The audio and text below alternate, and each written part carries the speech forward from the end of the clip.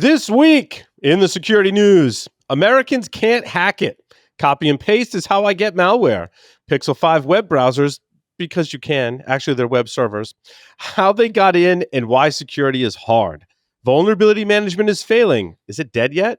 Exploiting hacker tools, Bluetooth spending spree, how to defend your car, IoT security solutions, and other such lies. Exploiting IBM I, formerly AS400.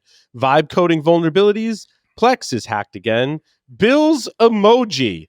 ICE spies on phones. And hackers be hacking FreePBX. All that and more on this episode of Paul's Security Weekly. This is a Security Weekly production for security professionals by security professionals. Please visit securityweekly.com/subscribe to subscribe to all the shows on our network. Broadcasting live from G-Unit Studios in Rhode Island, it's the show where exploits run wild, packets aren't the only things getting sniffed, and the cocktails flow steady. It's Paul's Security Weekly. Security Weekly and Cyber Risk TV are headed back to one of the biggest identity security events of the year, Octane 2025, put on by Okta. Live September 24th through the 26th, the vibrant city of Las Vegas, Octane 2025 brings together the best minds in identity, security, and technology innovation. And this year, we're turning up the volume. Security Weekly will be on site in full force with Mandy Logan and Adrian Sanabria leading the charge. Get ready for live-streamed executive interviews, exclusive on-site editorial coverage from SC Media, and brand new this year, a live-streamed episode of Enterprise Security Weekly. It's your chance to engage with identity leaders, dive into the future of AI security, and hang out with your favorite Security Weekly hosts. And here's the best part. Security Weekly listeners get an exclusive discount. Just head to securityweekly.com/Octane to register and use the promo code OKTNSCMA25 to get your conference pass for $200. Ransomware, supply chain attacks, 0 days. Cyber threats don't wait, and neither should your defenses. With ThreatLocker, you're not just reacting to threats, you're stopping them before they start. ThreatLocker's zero-trust endpoint protection locks down your environment with pinpoint control over what's allowed to run and what's not. No guesswork, no blind spots, just proactive, built-for-now security that keeps your business moving. Want to see how a true default deny strategy works? Head over to securityweekly.com/ThreatLocker and take the first step towards shutting the door on threats before they even knock. Coming to you from the Hacker Syndicate Studios, this is Paul's Security Weekly. It's episode 891 being recorded on Wednesday, September 10th, 2025. I'm, of course, your host, Paul Asadorian, joined by Mr. Larry Pesce here in studio. Hello. What's going on, man? Oh, same shit, different day. Busy as all get out. Like usual. Yep. I hear you on that front. Mandy Logan is here with us. Mandy, welcome. Why, thank you. And earlier, I had a perfect idea for what needs to be added to your studio. And I do believe Larry could set this up pretty quickly, but I'm thinking just something that would hurl like shmoo balls at you guys. Like I need a button here. We need people. Oh. We just need people. I want people here, and the people would be nice. Okay, so I can hurl the shmoo balls at you in person instead. Yes, that's fine. Great. We can do that. Mr. Bill Swearingen is here with us. Bill, welcome. Hey, thanks, Paul. Real tired today. SecKC was yesterday, and boy, are my arms tired. You flew around. Flying around. That's good. Oh, we got announcements. Let's see. You should go to InfoSec World 2025, October 27th through the 29th in sunny Lake Buena Vista, Florida at Disney's Coronado Springs Resort.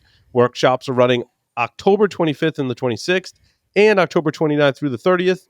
The premier cybersecurity conference is here. You can save 25% with the code ISW25-SW at securityweekly.com/ISW2025.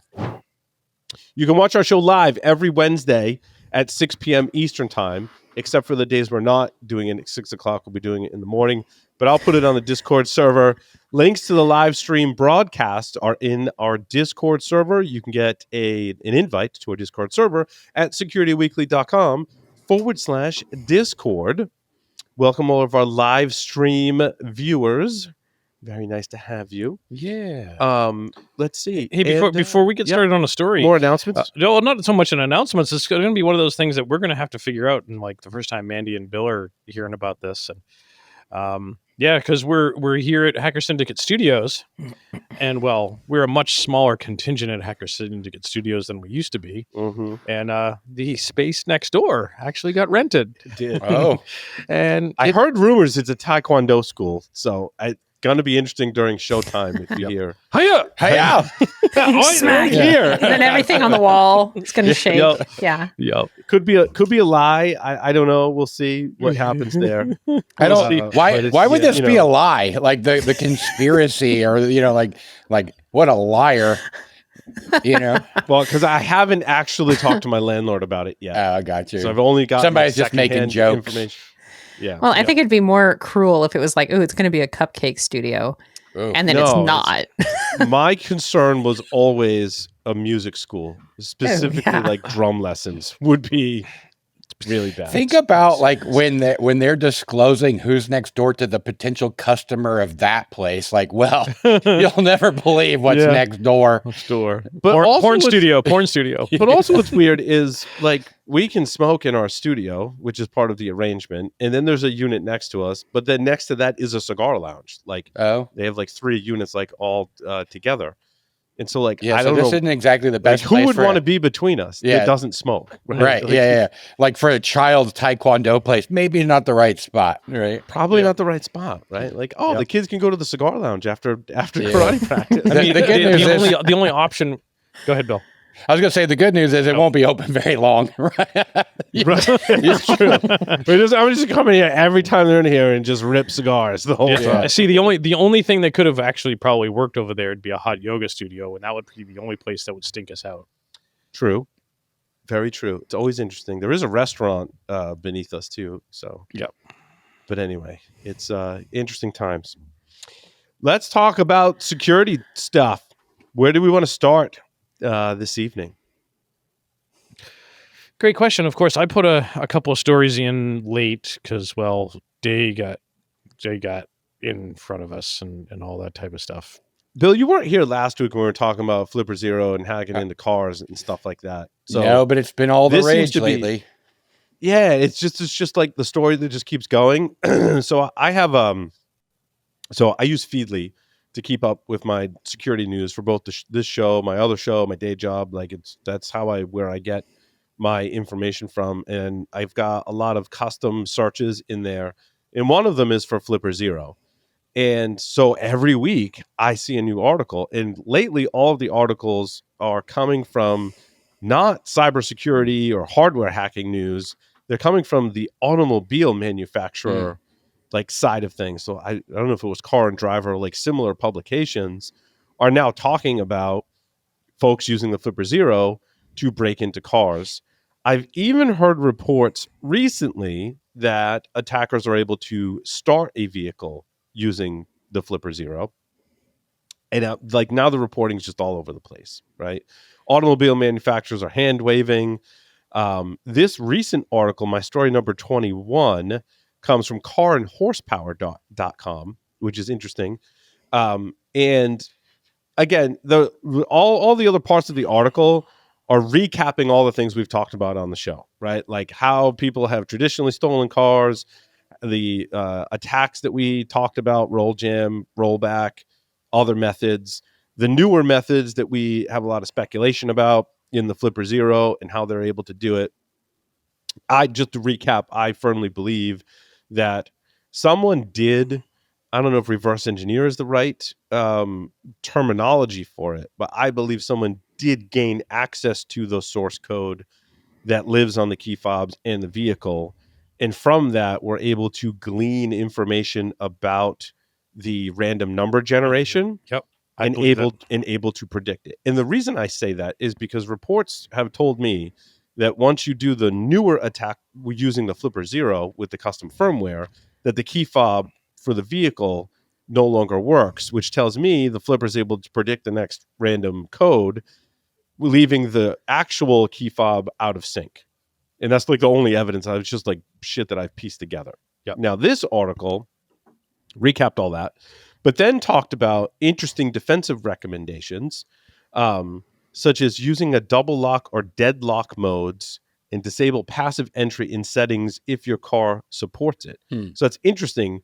We can actually harden our cars to disable features that make it harder for people to break into our cars, which is kind of interesting. They also say to RF protect your key fobs at home, which is also interesting. I would venture to guess. I remember we did some testing in the RF bags like back in the day, RF shielding. The RF shielding stuff, like your mileage varies. Some of it just flat out doesn't work. And I think people are just pulling shenanigans. And it's just like a regular bag. And they're like, oh, this is an RF shielding bag. And it really isn't. But there are ones out there that actually work. Well, so if you're going down that route, make sure you do your research. Yeah. I remember that from like years ago. I haven't bought one of those, or someone had given me one that I think we had proven had worked pretty well. Well, what's interesting about put your key in that's an interesting thing, right? Yeah. So what's interesting about all that advice, Paul, that you just gave, like that really hasn't changed since we got key fobs, right? Like that's all the same, Correct. That's all the same advice. Really early on, we did see the attacks where the attackers would go against the front door with a big loop of wire, looking to be able to relay that, the signal from your key fob. That's not necessarily a new or novel attack. That's a tried and true method that thieves use, right? Apparently. So, I mean, is there and it's been it's been a couple weeks now that I've read any of this stuff. Do we think that the flipper attack is something new? Yeah, that's what I think. They are able to predict the rolling code, hence why your key fob gets out of sync. Yeah. And you either need to resync it, but if your vehicle doesn't support that, you have to go back to the dealership. Because again, we're talking about different cars from different manufacturers, different makes and models that are distributed in different countries. So like all of this stuff is going to run at different frequencies. It's all different. So it's tough to have like blanket advice when every car is, implementation is slightly different. Although we believe there are commonalities in the underlying electronics hardware and software, right? So like if you're a Hyundai, for example, you probably bought all of your electronics from one or two sources, right? Or one source maybe, or a couple. Like it may have changed over time, which means multiple makes and models from a manufacturer all have the same bugs because they're all using the same, like it doesn't matter what make and model it is, as long as it's using the same technology for the key fob and in the car, then all of those systems are vulnerable. Well, so from what I heard last time on this, the Flipper team says, basically they were saying, look, this isn't possible with our device. Are we still... I mean, no, I think they're wrong. I'm glad you called that out, Bill, because I haven't just like flat out. They're not. Now that they're not wrong. What they published is, I believe, to be correct. I think they're leaving out what is actually happening with the latest firmware for flippers. Right? I think they probably haven't confirmed it, so they're not acknowledging it. I don't necessarily fault them for that. I haven't been able to confirm it either, so I'm really just speculating. Sure. And some of it stems from a conversation I had with my coworker, Jesse Michael, who's an amazing person, super, super smart. And he was telling me about something he did way back in the day with, predicting random numbers from a seed that had nothing to do with vehicles.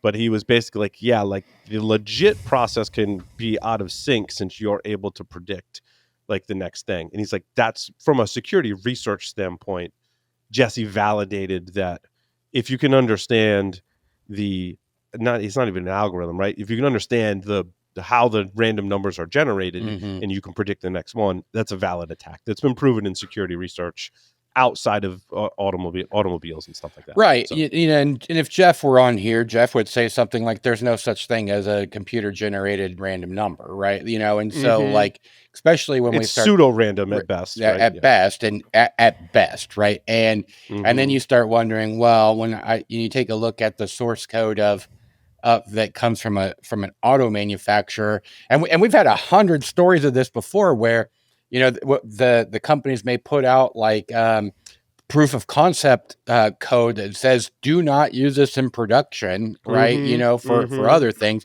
For all we know that was used in all of these key fobs and it's a set, a non changing set seed value. Who knows, right? Who knows? I mean, this is going to be an ongoing problem. I mean, it's been a problem since we first had automobiles. Yeah. Like, there's always ways that someone is going to attempt to break in and or steal a vehicle, and we've covered all the methods, on previous shows. One new thing that I got from some other source is that I don't know if they're proposing or like where it is in the process, but they're proposing facial recognition in your vehicle in order to start the vehicle, I believe. Nothing like good old Face ID. No, sorry. In order to enable a Face ID. Yeah. So pioneering implementations such as those in luxury models from brands like BMW and Mercedes combine facial recognition with in-cabin sensors for multi-factor authentication. That's kind of interesting. So I'd read in between the lines. You still have an immobilizer, let's say, in the car. But before the car would turn on, not only does it need the immobilizer to validate the code from your fob, but it also needs to validate a biometric. Well, I don't think that's bad. I would. I would also think a fingerprint would be another. That's what I was thinking. I'm like, why wouldn't you just do a fingerprint? But all right. Well, so I know that certain Mercedes models already they've had fingerprints for I think 1 or 2 years in the newer models, I believe. And Mandy, to answer your question, why not a fingerprint? Because a face, you don't have to do anything, right? It's you just get in the car, right? And so that's it's really interesting as somebody who drives a car that you just get in and Paul, yours is the same way, but the Tesla's the same way. You just get in, you get out, my pocket, and I get in. Yeah. Man, it is so nice, right? And it's so but and then you get in a regular car. I know that's exactly it happened to me this week. My wife's like, why is the car running? Like, I don't know. I just got out. Listen, man, it doesn't turn itself off. I recently moved to downtown Kansas City, and I got a rental car, and I had no idea. My other car, I just get out. So I am at this liquor store, like in not a good part of town. And I come back out and I was like, oh shit, my car's been running this whole time. Here we are talking about how to defend your car when people break it. And mine's just out there running. I leave it unlocked running. It's fine if you want it. It's fine. Like everybody else probably like that is the biggest trap I've ever seen. Like no way I'm stealing that car. What a trap. Yeah. I've also kind of theorized about having cameras in the car, but I don't think that's as much of a deterrent as one would think. Because so if the camera's outside the car, like you get cameras on your home and your cars are in the driveway and it's at night, you have to have like really, really good cameras and lighting to be able to see someone's face at night. Yeah, but that's kind of like looking at the driveway. That's kind of like Paul, but be quiet about that. Yeah, I know. Right? Don't tell anyone that. People feel good about having cameras and feel like they're a theft deterrent, which in some cases they might be. But the person could just as easily put a mask on, go in and do what they need to do and steal it. So if you have a camera inside the car, it's kind of like the same thing. It's you got to have lights, you got to have a high enough resolution. And then you just got to hope that the thieves, smile for the camera, which why would they? Right? Why would they? Yeah. And quite honestly, I don't necessarily think it's a bad idea. The bad idea part becomes what else are they selling that data for? Because I'm not going to name names or whatever, but there have been certain car manufacturers that have sold the data from the sensors inside the car that included very personal things, like about the driver, and that data was then sold on outside of the intended purpose of driving the car. But what happened to LoJack? Remember LoJack was like a thing, and they were you could still get it. You can still get it. Is it still a thing? Yeah, actually, because last week I was looking into it. Because it went back a few years to a whole hypothetical conversation I had with Chris Roberts, where I was like, I would exploit LoJack, and take over the fleet or do whatever. And so there is still LoJack, and you can still get it on even your personal car. And then you can, I just learned last week, you can still get insurance, like discount for having it at Right, times. for having it. But yeah, I think because I would think the remote executing the kill switch part of the LoJack would be. I'm surprised I don't hear more about that. That's all. So it's a remote? I think, but I think if thieves are advanced enough to use the electronics we've talked about, even a Flipper Zero, that they're also equipped with something that disrupts the vehicle tracking, whether it's LoJack or something else. And that, from what I understand, the way thieves work, at least with bicycles, is that the stolen merchandise, like whether it's a car or a bicycle, it doesn't matter. The stolen merchandise moves so quickly that even tracking it is like you track it to the dock, but then it's gone. And I think I read about this in Canada because Canada had a high rate of vehicle theft for some reason. It was like higher than other countries or something like that. They had a big problem, or still do. And one of the things I read was that vehicles just move out so quickly. Once they identify it, grab it, it gets driven somewhere immediately, and it's in a shipping container, and it's gone. It's gone. And there's no way to get it back or even trace what happened to it. So there's that. Hooray. Hooray. Yeah, hooray. But yeah, Bill, you can remote disable. But I mean, like, but is it, I mean, I assume it just uses the internet, right? Like, is that how that works? I don't know. I don't know anything about LoJack. Oh, well, previously, like on fleets and heavy equipment and stuff, when using it, no, I don't feel like it was done on the internet. Probably is now. Before, when looking at interrupting them, I believe it was usually RF. Wow. Or I feel like there was some that was satellite because the GPS positioning Yeah, was I think it also satellite. done. So I think there were, Yeah. that's been several years though. Yeah. Huh. Satellite, I mean- and what's OnStar was cellular, right? Yeah, OnStar was cellular. OnStar was That was cellular, a big deal that, you know, like back when those first started coming out, because you could rip the OnStar SIM out and it had a data plan. You could put it in other devices. Nice. And, Yep. Yeah. Yeah. Anyway, enough about vehicle theft. Where do we want to go next? I Don't actually steal had- cars. Yeah, don't steal do that. cars. Stealing. Can you give a quick summary on your 5, Paul? What was my story number 5? The- Image Magic. Yeah, it has some really bad vulnerabilities. I didn't look into them. It feels like Image Magic has been kind of a train wreck for a long For time. a long Well, time. Yeah, I think so too. I think I agree, and I think it takes in a lot of unstructured data. Totally. That's Right? all. And It's that's- arguably all it Like, does. That's really what it does, right? Like it takes in data and spits out data, and it just happens to be images that it's reformatting, but it's really just data. And it's super hard to write secure software whose like sole purpose in life is to take in unstructured data and do something with it. And so there's been some vulnerabilities with it. It's interesting. My take on this was you might find this in some embedded devices that necessarily wouldn't be flagged, right? Like this is software you may find on some of those devices. Could be cameras, although probably more so FFmpeg, which could have similar issues in terms of, it does a lot to convert, Image Magic converts images, FFmpeg converts videos, and that's just a very high level description of their functionality.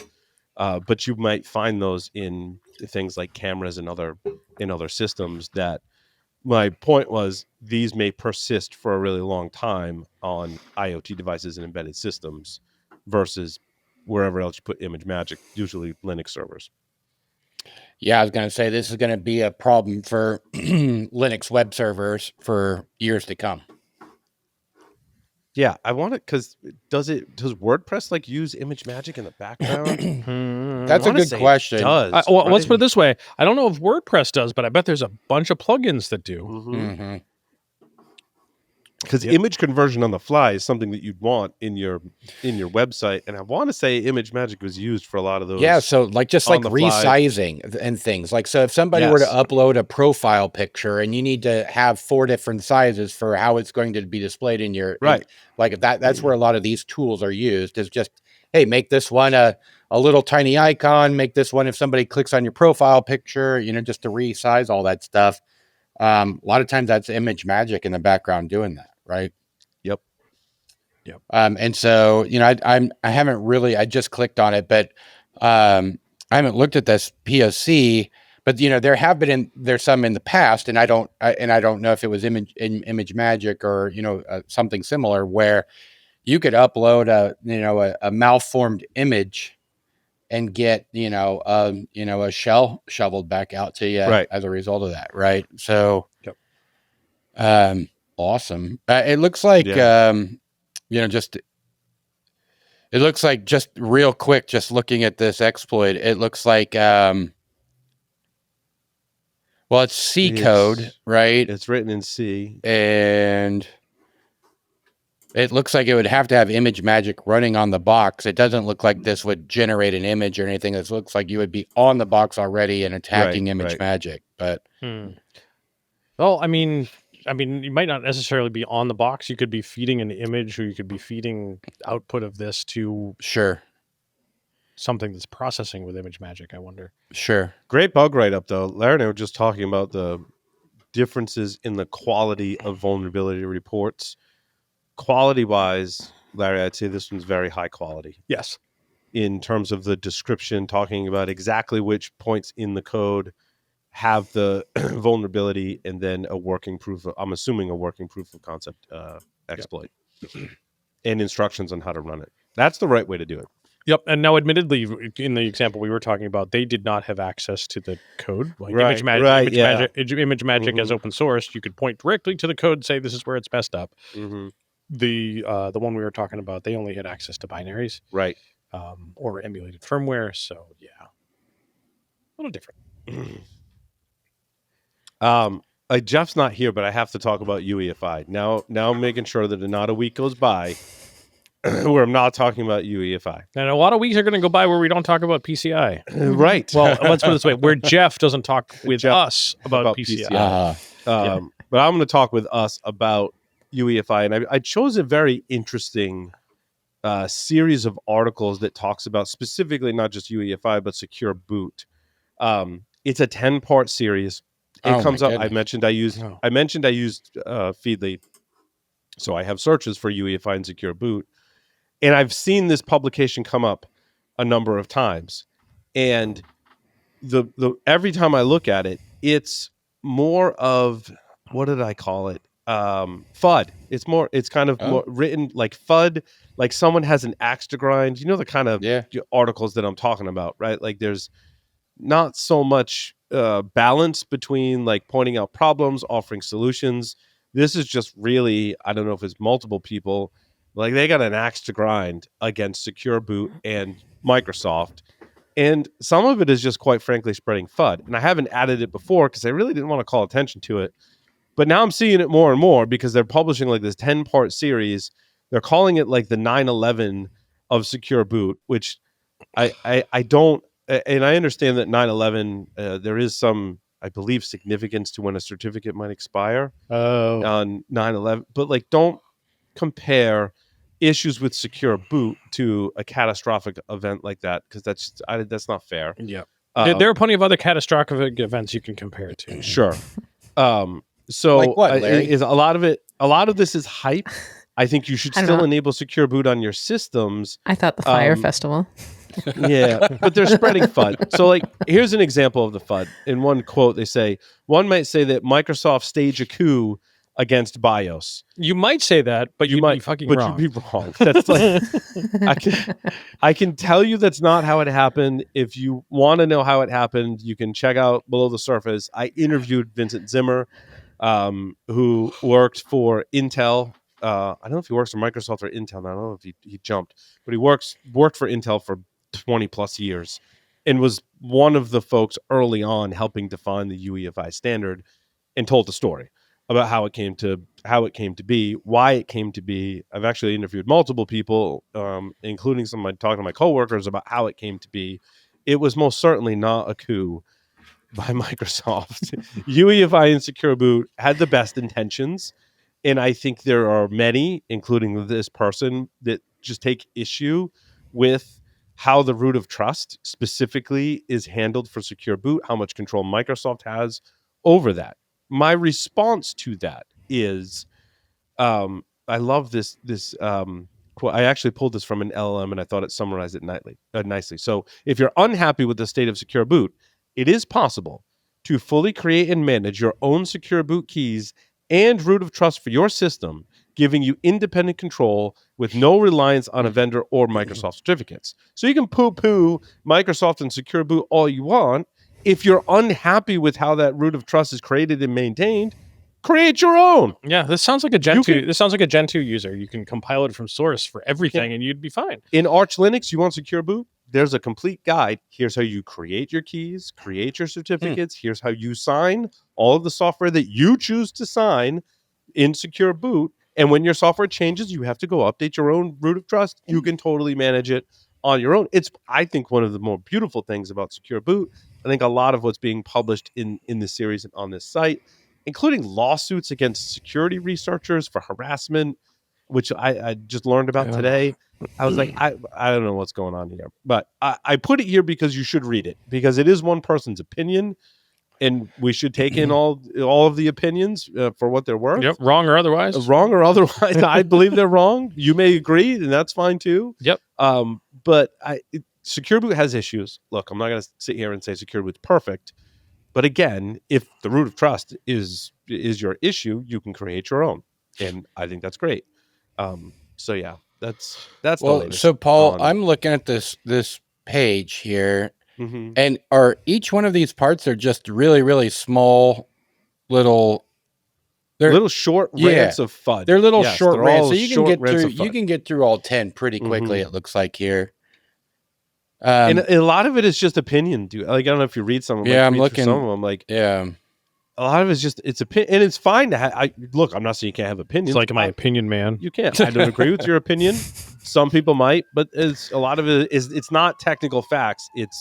It's opinion, and it's a lot of FUD about Microsoft and in the whole thing. And it's not just like UEFI is a standard. There's a standards body.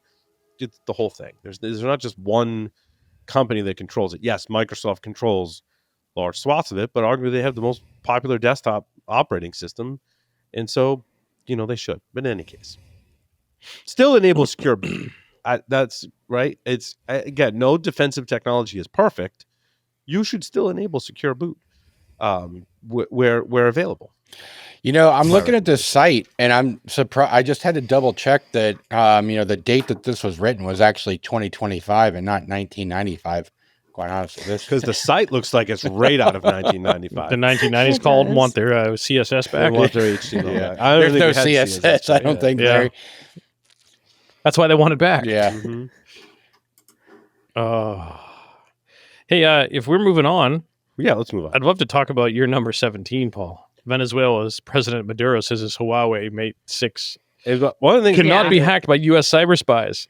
I love his last name is Maduro, because that is a process for creating cigars that involves using heat to make the wrapper a darker color, and we call it a Maduro. The cigar I'm smoking right now is a Maduro, what we call Maduro wrapper. So every time I see his name, I can't separate the two terms in my head. So what you're saying is the president of Venezuela is a good rapper? He's a good rapper. Yeah, it's a good rapper. Maduro's great. It's a good rapper. Yeah, with a W. With a W. Yeah. Yes, right. With a W. Yeah. Or whatever. So, you don't know. Larry, they might be a good rapper with an R. It might be. Yeah, you never know. President Maduro, which is also throwing me through a loop, because Presidente is a size of cigar. It's a large size cigar. It's called a Presidente.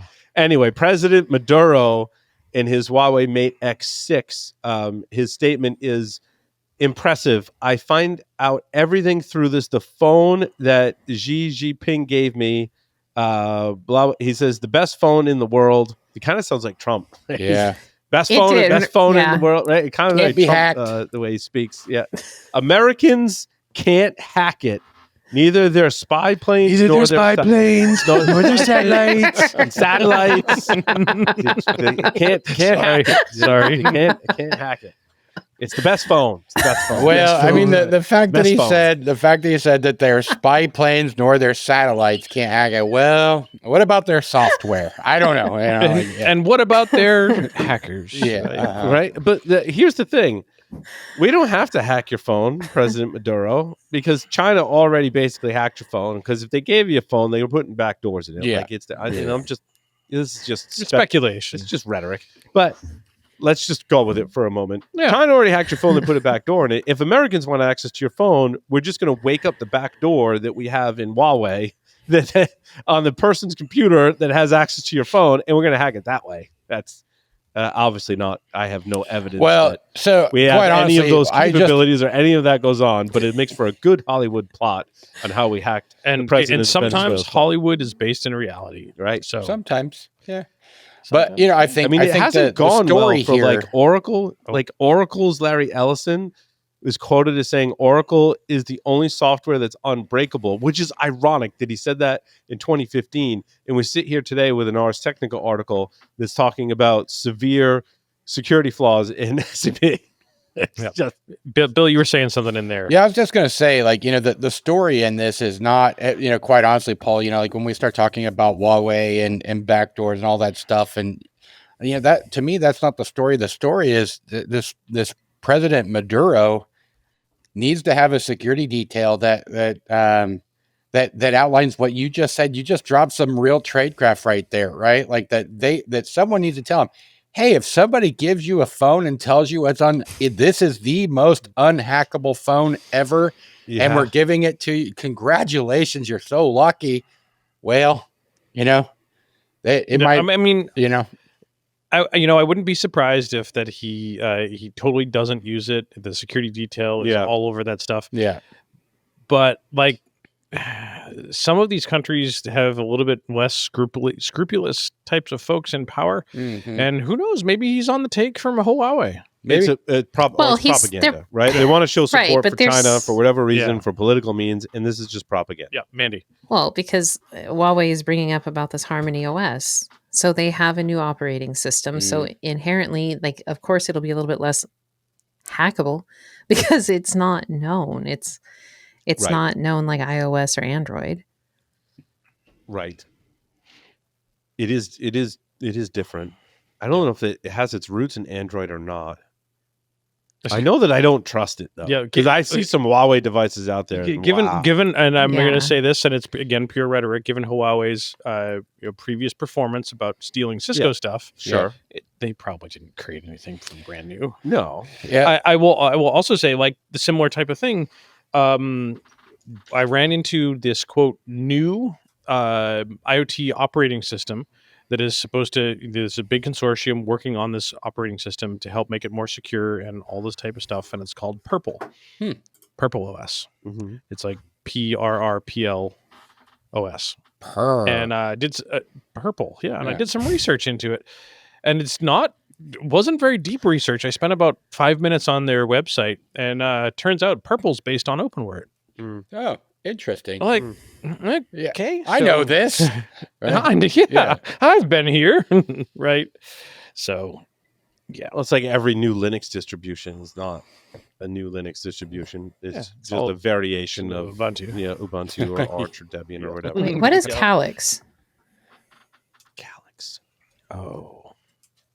Well, I think Calyx was based on Knoppix, but Kali is based on Debian, right? No, it's an Android mobile operating system that puts privacy and security into the hands of everyday users.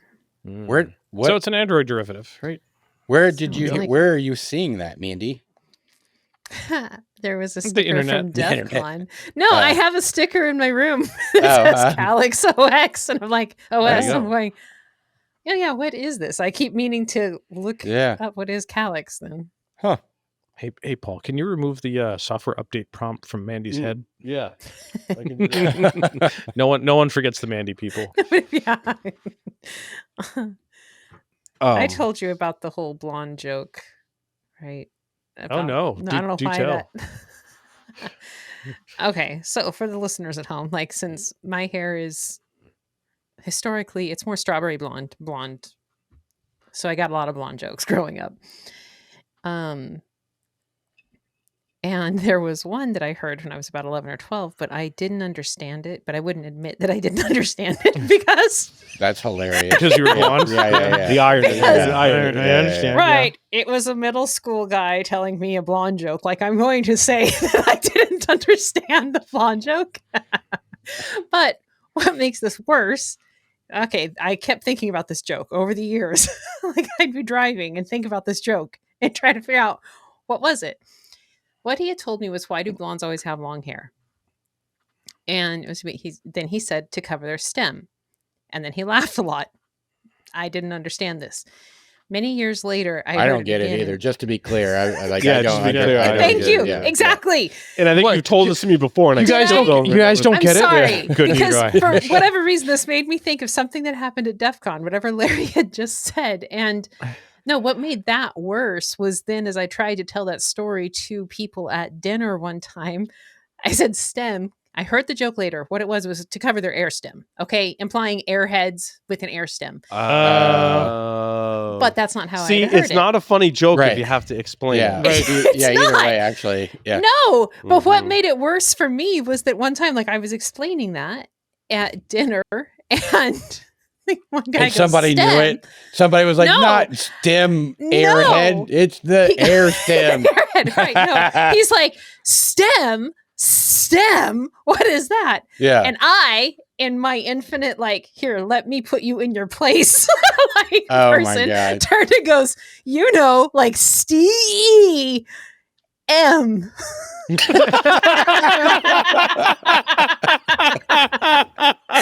See, now that's funny. Yeah. Oh my word. and then he was silent, and then he like dove on the floor crying, laughing because Right.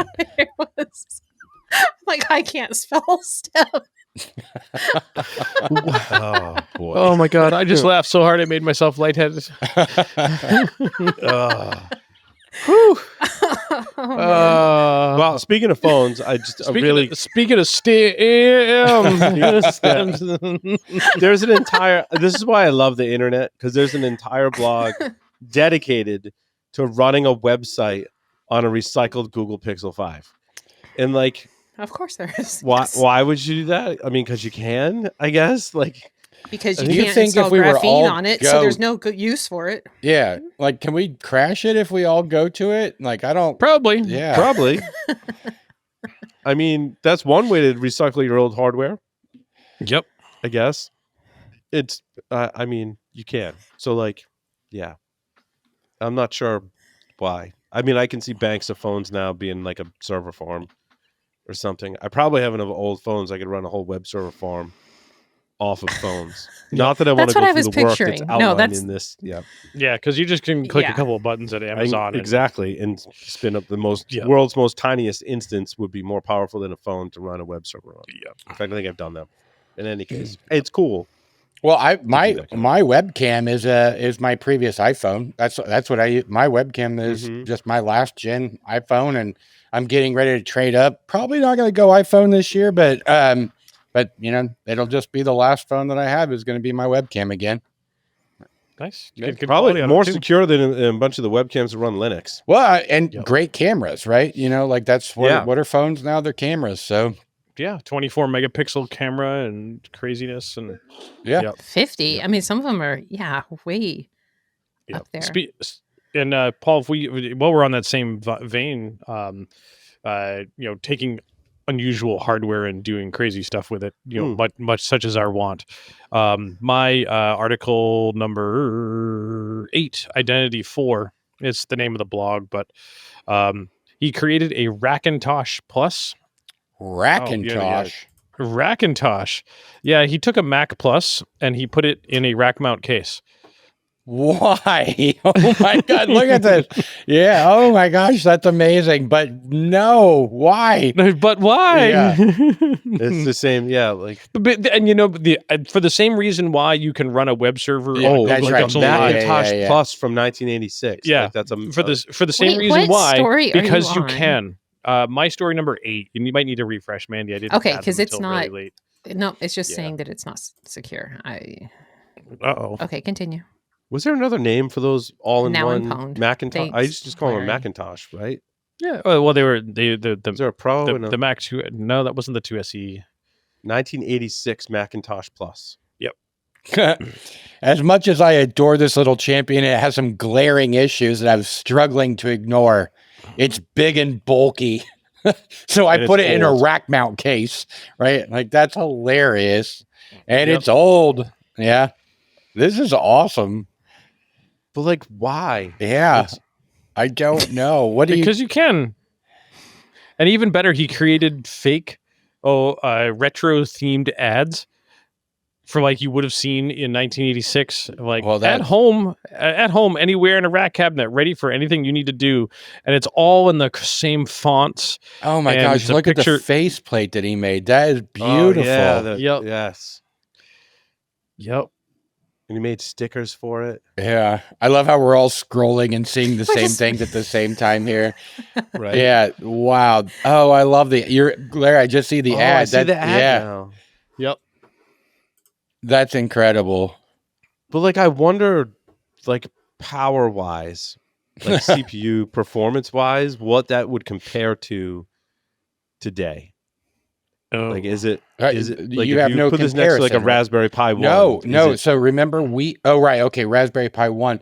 But remember a couple weeks ago, we had a comparison between a Raspberry Pi 5 and a Cray, right? Like and it was the current, they work differently, let's be honest. But but the Raspberry 5 could outperform a Cray in a lot of areas. But you're right. This is like an ESP32 or something, right? Just on a quick side note, I appreciated this discussion on the Untitled Linux Show podcast. I love that podcast. Shout out to those guys. I really enjoy that They podcast. should probably pick a title though. I know it's one of those weird, it's like redacted security was anyway. Yep. Great show. They were talking about how I think it was Mozilla is going to drop support for 32-bit versions of Firefox, and then they got talking about 32-bit architecture versus 64-bit architecture, and like, why haven't we seen 128-bit architecture? And I think they said in 64-bit architecture you can have terabytes of RAM or something like that. Like there's no we're not really pushing the limits. We're not clamoring at the bit for something faster than 64-bit. Then they started talking about supercomputers, and I believe they said that the fastest supercomputer in the world is 8 million cores. Wow. And has what comes after petabytes? Zettabytes? I think it's zettabytes, which is like 1,000 zettabytes. 1,000 zettabytes. It's like 1,000 petabytes. Yep. And I think that's like the max RAM limit. In the fastest supercomputer in the world has like 3.5 petabytes of RAM. And then they were doing crazy calculations, like how many 64 gigabyte RAM modules would that? And it's like millions of those RAM. Good Lord. Module. Like it's crazy when we talk about like the old Macintosh Pro and what its CPU and performance capabilities are versus like the fastest supercomputer in the world today. 8 million cores and petabytes of RAM. Yeah, which is crazy. Yeah, crazy stuff.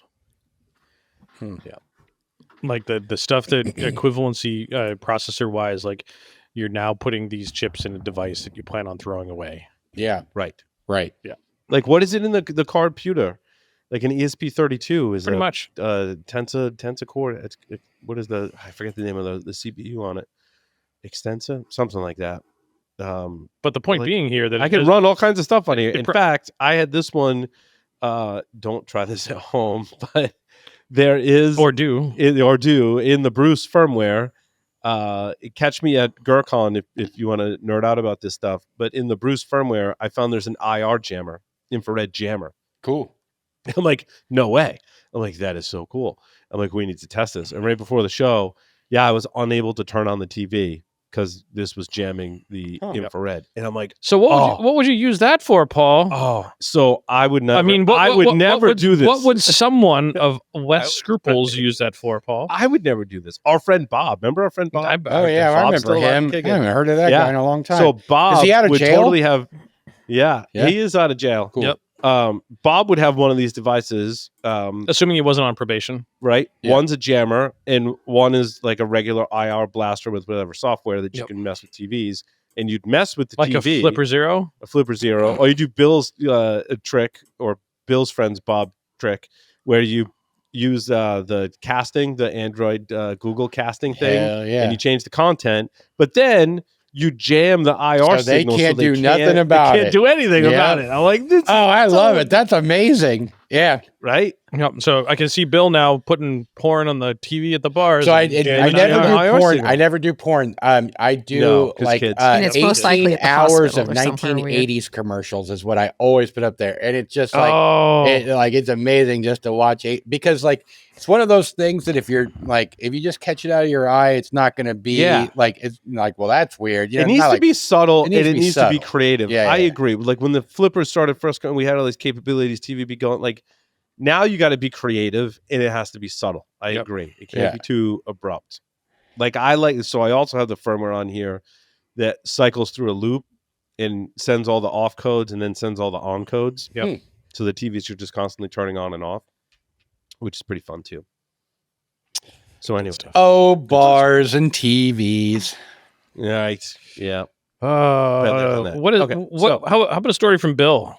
Well, so I'm sad. I'm sad, you guys. I'm tell us about your emoji. I'm a little. What is your emoji? I'm a little sad. I'm a little embarrassed. Well, so last year I came up with this long tail plan that I was going to do something for our community, and I was going to create an emoji. And it turns out there's a very, very well structured process for creating an emoji and submitting it to Unicode for approval, and and just kind of like getting and every year they receive thousands and thousands of suggestions or recommendations or whatever for new emojis. And well, I thought for sure I had one that I could get in, and I was gonna make the hacker emoji, right? So because what's the hacker emoji look like? Well, I don't know. What do you think a hacker emoji looks like? I mean, there's lots of dark black hooded sweatshirt. That's right. I was going to say, like the first thing that comes to mind is not one that I approve of, but the one that is like socially acceptable, not socially acceptable, but the social norm is the male figured in. Well, in so I actually created a female. I created a female and a male version, right? And but it was the hacker in the hoodie. The hacker in the hoodie, and because like right now, if there really isn't a good way of saying hacker in emoji, right? Like we have got the ninja. This is a huge problem, Bill. Yeah, this needs to be addressed. I'm glad you're bringing this up. I mean, it's a huge problem. Yeah, we have so many times I've been like, "Where's the hacker emoji? I don't have one. I got to use an eggplant. Eggplant, peaches, water splashes. We got all those, right? Right. And so, but so I kept it secret, and like, it was this thing that like it was going to be this big reveal when reveal. Because like what society needs. What's really interesting is part of the Unicode submission process is this term even popular? And so they have you submit Google searches of like your term, so the word hacker versus other terms like blue whale, or like there's other things. So you can see on a graph, hey, is the term hacker more popular than the term blue whale or whatever? And so I was like, I've got this, man. I've got this nailed. Well, in February of this year, I did receive my notice that hacker was not selected to be included in Unicode 17 for this year. But anyway, so always next year. There's always next year. Need this. And it's on the books, right? So that's what's cool is the hacker emoji is now on the books, right? And so like it can you see what people submit? Yes, is it public? So once I don't know if it's out yet, but so Unicode 17. Do they not publish ones that are dirty? I can imagine the number of dirty submissions that they get. So I don't remember. So I went through last year's like submissions, right? And I don't remember seeing a lot of like dirty ones, but maybe they filter those out. May or have whatever. they might have filtered them. Yeah. Because also, what's interesting? I've tried to put a cigar emoji in, and a lot of platforms don't have a cigar emoji. I don't know that one exists. There is like part a of Unicode one. I'm not sure now because like I've tried to put a cigar emoji in, and all I get is a cigarette. Yeah, I was going to say, I've seen the cigarette one. I don't know if I've seen a cigar one. Well, so and now I'm going to have to make a submission. Well, you should. and quite honestly, like it was a pretty impressive like process to go through. Well done, Unicode. Like they did a very good job of where you have to do a lot of work because like they got it They right. set the bar kind of high. They got so it not right, anywhere- right? So it's not yeah. crazy amount of work, but you've got to put in some work if you actually want to Sure. do it, right? Right. So anyway, like I was really hopeful that the hacker, that my contribution to the world, when when I died and on my headstone, right. like this man It's gonna submitted say the creator of the hacker emoji. That's right. Well, the problem is that you're going to send the headstone inscription to the carver, and it's going to come up as a square. Right. It's gonna just be a square. Yeah. The inventor of the square. Square. Wait, I'll take inventor of the square better. Like that. I need to go hone my Mason skills so that I can be the one making perfect. this. Perfect. Yeah, I like that you guys all think that you're going to outlive me. Listen, I'm long for this world. I'm going to be here for a lot more time. Not if you Bill. keep having those nights after Sec KC, Bill. Man, I got to tell you, last night was a rough one. Well, fun one. Fun. But yeah, it would be amazing, guys. We should do a show at Sec KC. I like that. That'd be amazing. Yeah. That'd be awesome. Why can't you guys make that work in your schedule? I don't understand. We'll have to Inside joke. Yeah, we'll take a look. Where do we want to go Oh, next? one last thing before you move on. I haven't looked through all the new emojis that came out, but I did see some of them, and one of them that was selected. Now remember, hacker was not selected, but one of them that was Bigfoot, which quite honestly, that's dope. I'm going to use the Bigfoot emoji all the time. Yep. Also, trombone. Trombone. But is there a rusty emoji? Oh, wow. Don't. Yeah. Moving on. Yeah. Moving on. Yeah. Where do we want to go next? Well, I want to know Bill's story about ICE having spyware. And Yeah. So a couple of your phone ones related, cell phone ones, ICE and FreePBX or something, right? no, so those aren't related. But I do have two ICE stories that are related. So just interesting note. What we've seen is that ICE has been given some additional capabilities in the United States to, number one, they have been caught using what's that? What? Stingray. There we go. Why can't I think of this word? I mean, arguably Stingray no longer works because that was for 2G, 3G, but like the concept of the Stingray. That's right. And so what these are is, they're cell site simulators. They essentially, they emulate a cell site. And so if you are in proximity to this, your phone will register to them, and they can see some of the data that's occurring, like the calls that are making, the text, the metadata about the text that you're sending. MC and IMEIs to identify individuals. Yeah. So that one, quite honestly, doesn't shock me too much, right? Like right. But it says in your description that a recently unsealed search warrant, which indicates that they did have to go get a warrant for that. Sure. So, there was some. They're abiding by the law. Law enforcement is to get a warrant to do that kind of stuff. Well, so the reason why I included that one is, we have over the last, Larry, I know that you have one, I have a couple, but, and I think for months now, there's been a project from the EFF that's called Ray Hunter, where you're able to flash a very, very inexpensive modem or cell modem to what do you call that? Yeah, cellular hotspot. Cellular hotspot. Yep. Yeah, to it was track. a Verizon. I have two of them. Yeah, I grabbed two of them. Yeah, and I would really suggest that people go check out that repo. It's really, really easy to do. The hotspots are cheap. You can get them for $20 off eBay. It's a great project, and and if we're seeing ICE using these kind of things, it'd just be great for more of these. But my story, well, I thought I put it in here. Yeah, I didn't see another ICE store. Oh no, yeah. ICE has spyware. Yeah, now. ICE has spyware. This one gets a little bit, so this one's a little bit more scary about this. And again, I don't know the details of this, but so it sounds like ICE now has access to some Paragon software, which is a firm that's really well known for installing malware and breaking into cellular phones. Yeah. like you said in your description, kind of similar to NSO Group. Yeah, real similar to that. And so what's interesting about this is that we have previously had laws that forbid, American Spying. spying on Americans, and that has been rescinded, and ICE has now been given this authority to do this. I don't like it. But what's like the due process for that? I don't know. Like, quite honestly, Paul, you know what I mean? I don't know. I hope that this is remember the Snowden leaks, right? And he came out with the FISA courts and things like that. And there was process with, what was it, the Patriot Act? But the Patriot Act kind of, from what I remember now, is circumvented some of that process. But there was also some kind of back and forth as to like privacy advocates going, oh, it was completely heinous and they were just given way too much power willy-nilly.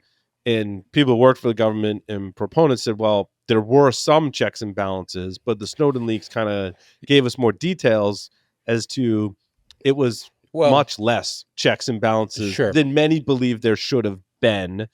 And from what I remember from the story, right, is that I believe it was Obama kind of rescinded some of that to kind of put the checks and balances back where so my question isn't so much that, and quite honestly, like I don't want to get into the whole the political side. What I want to get to is the technical side, right? So if you were to think that perhaps you were to be targeted by, and let's not even talk about a government agency. Let's talk about Paragon, like the Israeli software. Yeah.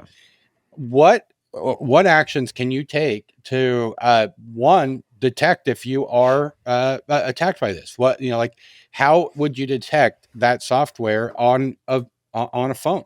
And what are the things that you need to be doing to protect yourself against that? And I've got thoughts, but I'm curious what you guys think. Yeah, I think Apple's answer is lockdown mode. Yeah, for one, to prevent that malware from being installed. I'm uncertain if lockdown mode would help evict that malware or prevent it from running. I don't think so, right? But I know that Apple, I had it in my stories, in response to software like Paragon being used on iOS based phones, have put memory protections in place, enhanced memory protections to prevent against memory corruption vulnerabilities, which if we go back to the NSO Group software, I think it was 3 vulnerabilities, some of them memory corruption that they used to string together in order to get that malware on the phone. Mm-hmm. So I think defensively, 1, lockdown mode, 2, latest iOS with those memory protections will help prevent initial infection. However, these groups that make the software are highly advanced. If you look at NSO Group's malware and exploits, there were some of the, if not the most elegant, sophisticated, and beautiful exploits I've ever seen. I've been covering exploits for better part of 20 years. And it stands out in my mind as the like most impressive in my mind. So prevent it, but detecting it once it's on there, super hard. Right. And I think this is the problem with the walled garden approach. And we see this in multiple facets of cybersecurity today, is that the more you lock down a platform to keep out malicious actors, the more defenders are locked out to gain visibility. So if you lock down your kernel, like Apple has done to prevent, you can't put your own kernel modules in, well, now you've given defenders less to work with in terms of detection capabilities, but you've also, on the flip side, made it harder for attackers to do that. So it's very much a double-edged sword in this scenario. So detecting this malware once it's there, in my opinion, is super hard. Well, and so what's really interesting, and I think we've talked about this on the show before, but I've done some research and work here because I have a client that I work for that is targeted. I support a group of freedom fighter, like journalist type people that are targeted by these groups. And so real early on, right? Like, so Paul, you're exactly right. Like it is very, very difficult because you cannot get the security tools that are available, just don't have the access to show you that kind of stuff. Right. And so what is the one on, I was consulting with one of my friends on this who believed they were being targeted. Mm-hmm. I talked about lockdown mode. But then there's also software for iOS. What was that called? So it's iVerify probably would probably the I one. think it's iVerify. Yeah. So, there is like one software package that people recommend to help protect iOS in addition to lockdown mode. So not a sponsor or anything like that, but I will tell you, the EFF has released some tools as well that you can use. But what was really interesting, and I'm not talking shit on the EFF at all, but as I was looking at those tools, it became very, very evident to me that they were very immature, right? Sure. But the IOCs were hard coded email addresses and hard coded IP addresses and things like that. That as an attacker, holy crap, those email addresses are 3 years old or whatever, right? Like I've moved on, and right. But so it's such an interesting. So your point there, Paul, is apt. Like the security tools that are available for the defense are very limited and small in numbers. There's not a lot of how are we going to actually defend these devices, right?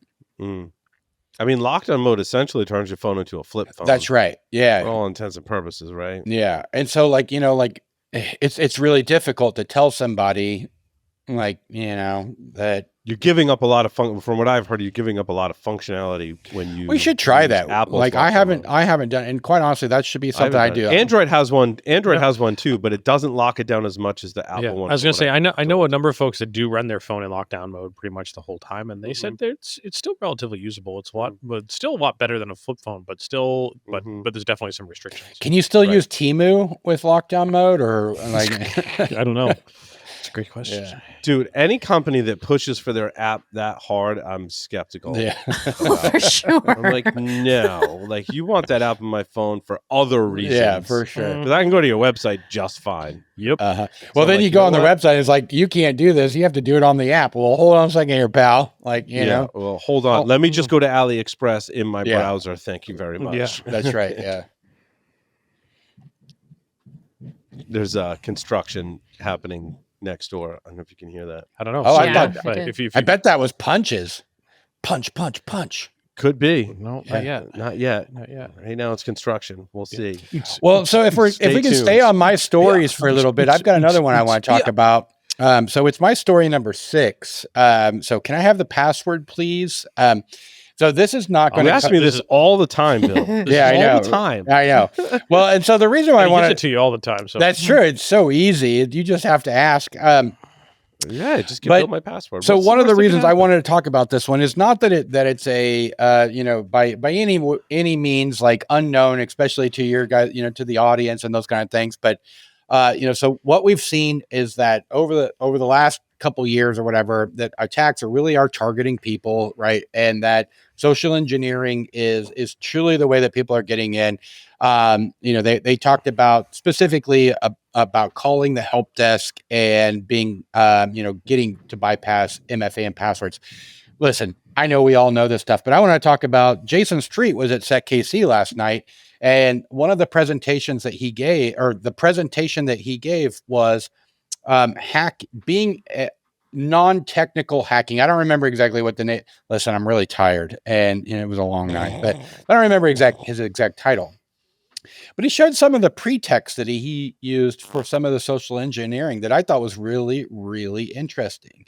And one of the things, so he was calling and this article reminded me of his talk, which is available on the SecKC Live. I'm not pushing that, whatever, but you should. But go watch it. It was great. Everybody knows that Jason's a great speaker, but he was trying to get a help desk to give him the password. And here's what Jason did. In the background, he had a YouTube video playing of hospital sounds, like those are the classic crying baby thing. Yeah. Well, not necessarily crying baby makes its way around social media. Yeah, but like the beeps and the hospital sounds. But that was not what he was. That was setup number 1. Setup number 2 was he was talking to the help desk person and said, "Look, I'm really sorry, but the chemo treatments have just damaged my memory. I can't like, I need to get in, and like the security questions, I can't do that. But so, and what he was, and I'm not doing it justice, but what he was developing was a very believable story, right? So he didn't say, "Oh my gosh, I've got cancer," and all this stuff. He in the way he did it, he said, "Look, the chemo is just, it's ruining my memory." He's got hospital sounds in the background, like he's tugging on that, on that help desk person's like sense of human, like of being a human, right? And I just thought that was really interesting, and it was this was a good throwback to that. But you should really go check out Jason's talk. The end.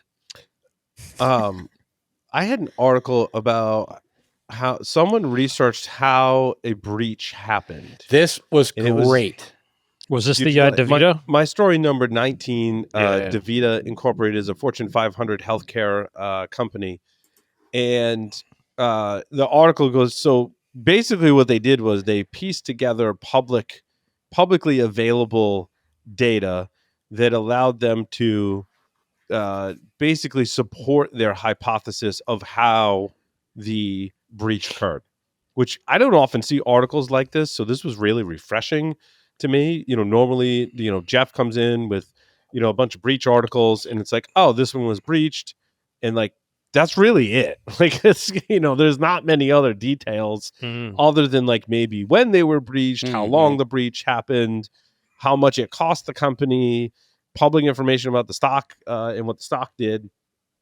I will say DaVita stock was somewhat unstable even before this happened. I'm not a stock market expert, but I did take a peek at the stock based on there's a person, Chase Cunningham, Dr. Zero Trust, that wrote a book called Buying the Breach that talks about buying stocks when they dip as a result of the breach, because inevitably they recover. Yep. It's kind of like on my list of things to do is to get rich by buying the breach, because there's a whole book that tells you how to do it.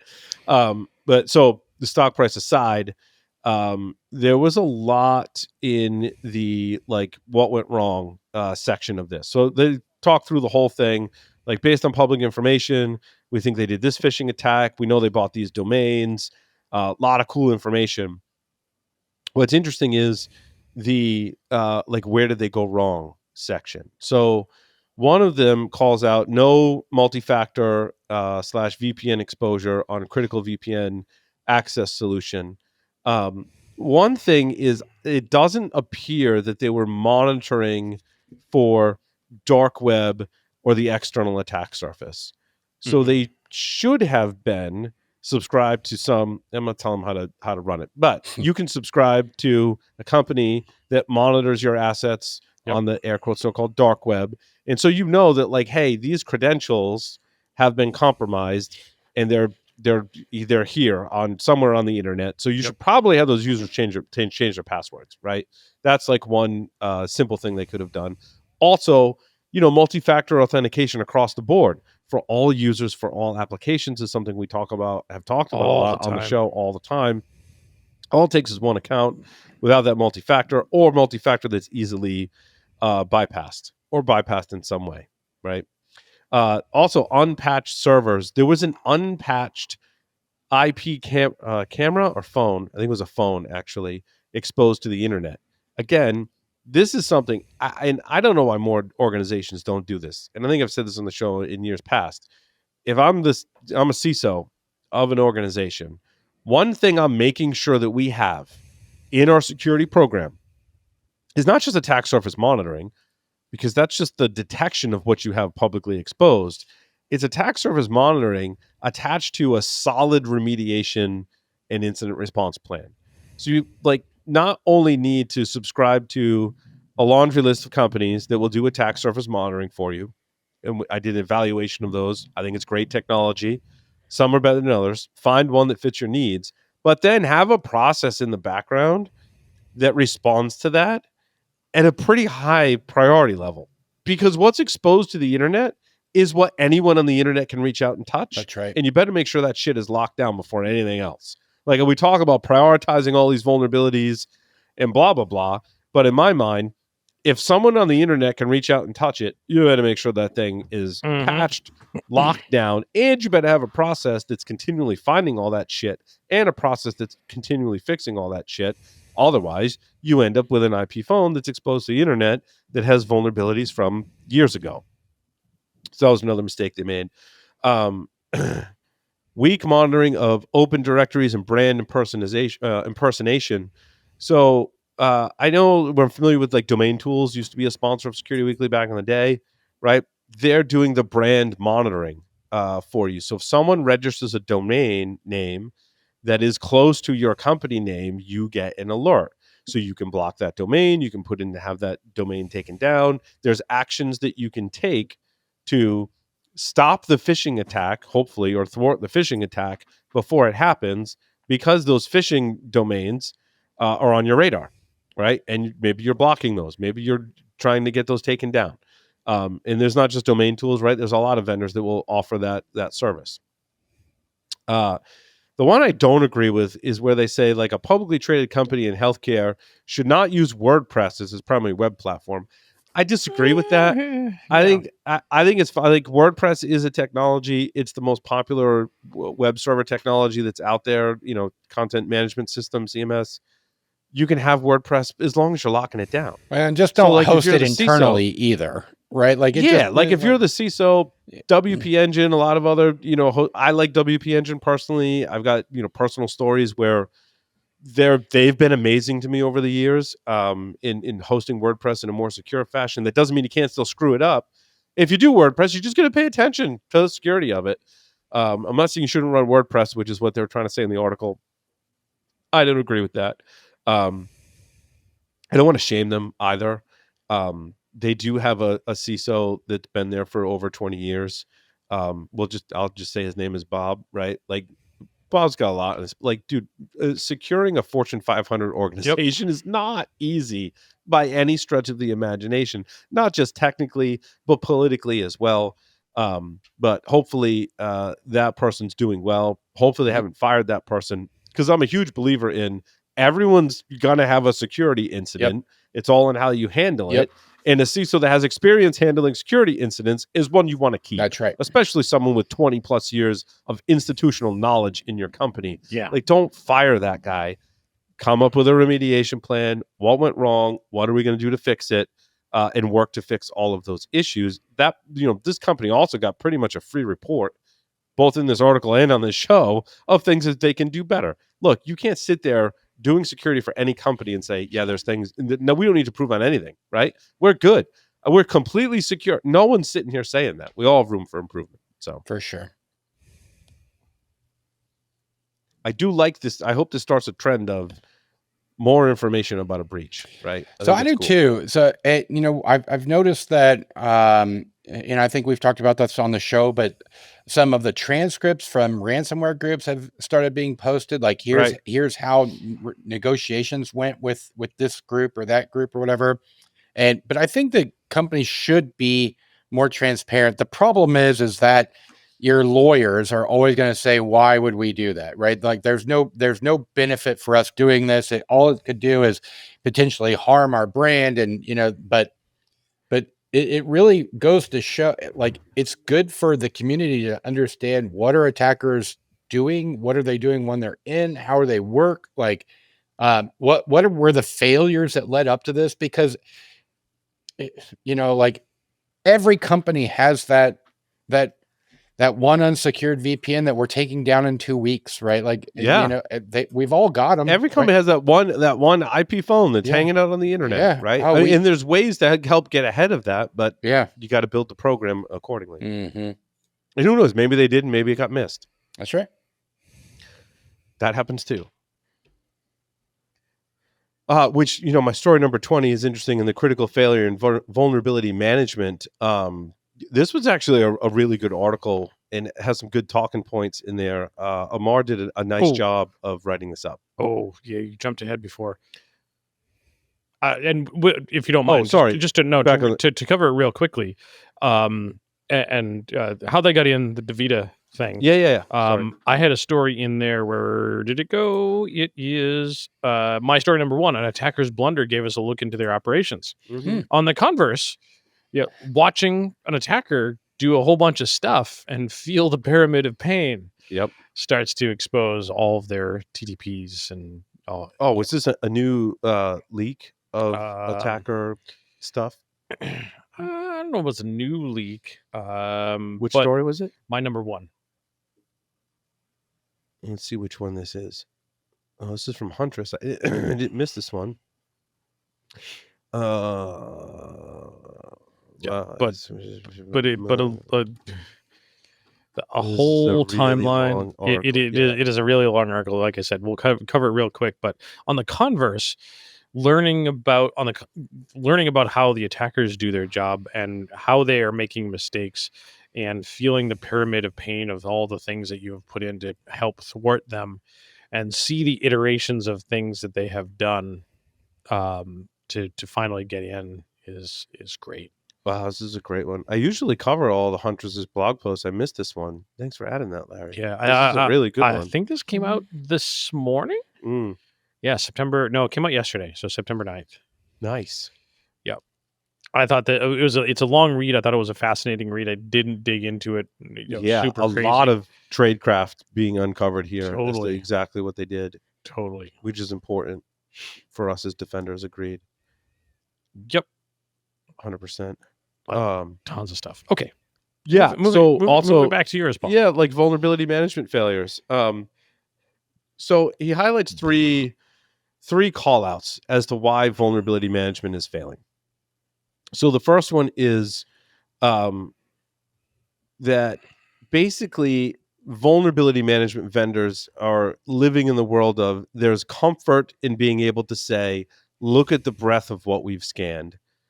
And that couldn't be more true. Like, I worked in vulnerability management, and I can tell you that at least back then, 10 plus years ago, it was a huge focus on who can cover the most stuff, right? Like, customers have a lot of stuff.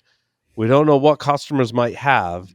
So if we can cover more than anyone else, we win, right? As a vulnerability management vendor.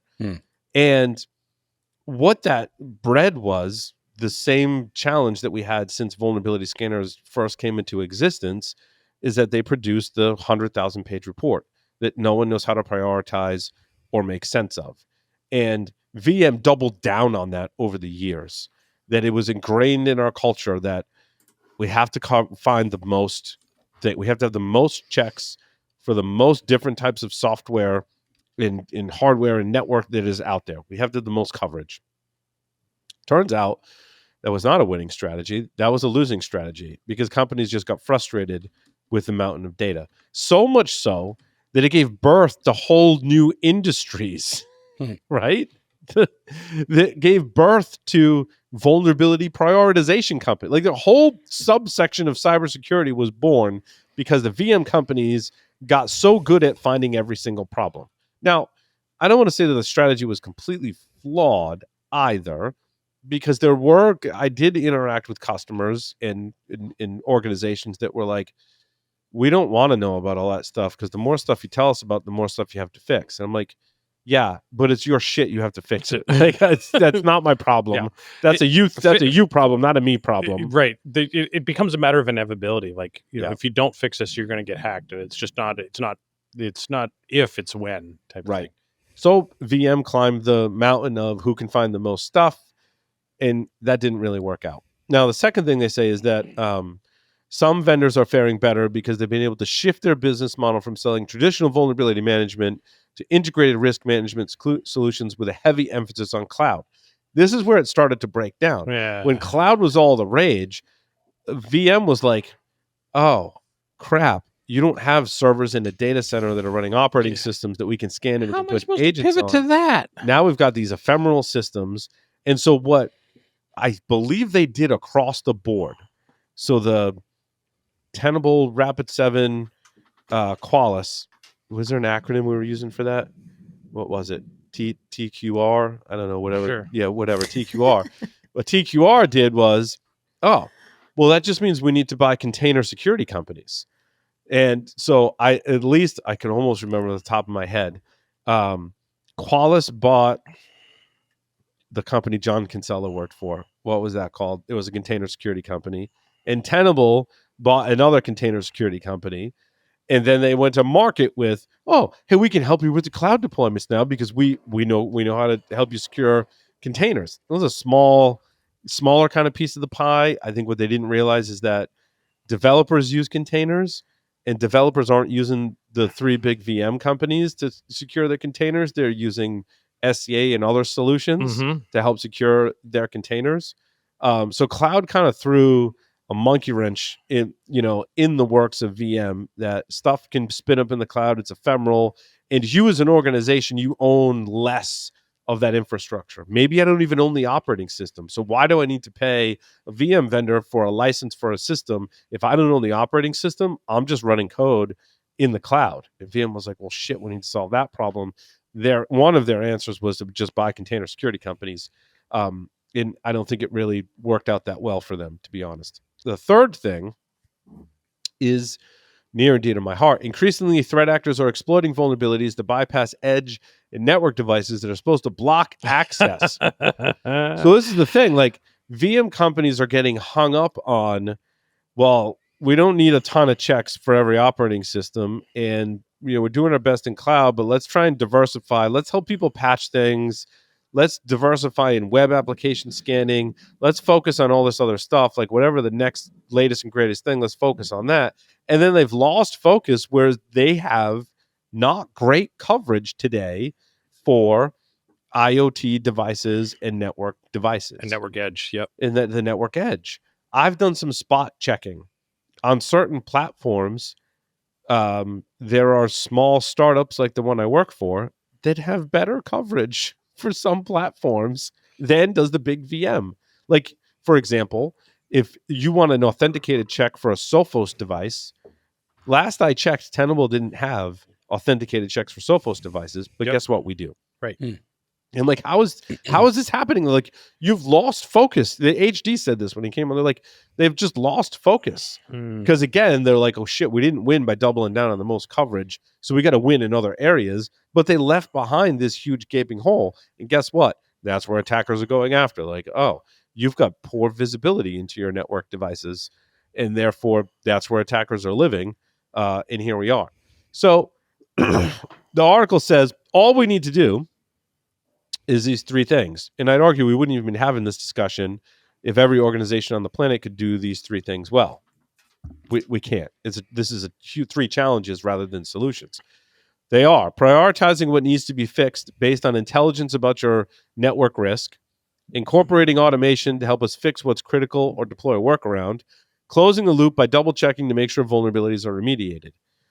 Well, if you had a solution that could do that worked really well, again, we wouldn't be having this discussion. But yet, here we are having this discussion. I think the author works for a company that tries to do those three things, which props to you, man. Like, I that's great. Like, find, like, where's the itch you need to scratch, right? Like, you're doing a great job of identifying a gap in the market and a problem that we have and addressing it. And those three things are super hard. Bill, you do incident response. How many people do those three things well? Nobody. Probably none. Yeah. Right? What does Backbox do? That was the company. I bet you Backbox addresses those three things, which is fine, dude. I'm not throwing shade. I think that's great. Backbox. Oh, that's interesting. Yeah, what are they? I didn't look up what they did. So I googled Backbox, and the first sponsored link, Zero Complexity Full Control, goes to a page that's 404. Well, No. Network Cyber Resilience Platform automates network device security compliance and lifecycle management, supporting over 180 vendors with thousands of pre-built automations proven. Yeah, you called it. Yeah. Yeah.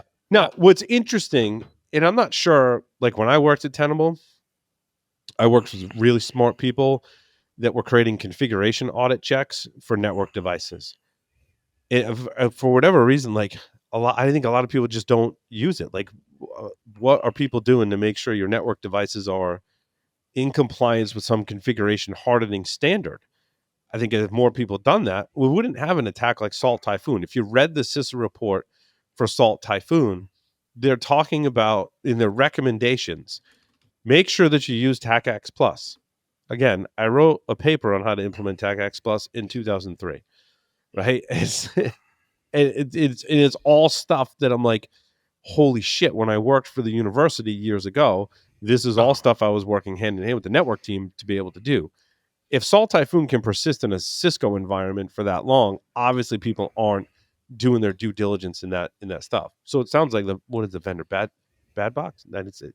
Backbox. Backbox, right? They're trying to scratch that same itch, and good for them. Yeah, it's funny, Paul. You mentioned the TACAX Plus and AAA and all that type of stuff.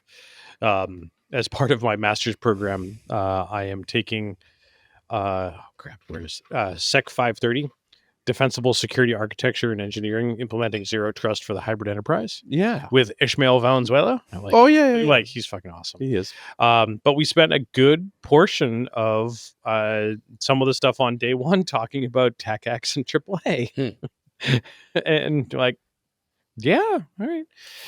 Well, because I don't know if I talked about this last week on this show. I get it all confused, but like the crux of the issue is without a AAA server, which is basically like an authentication authorization, that's what it stands for, like system for logging into your network gear, you're left with there's just a password to log into the router.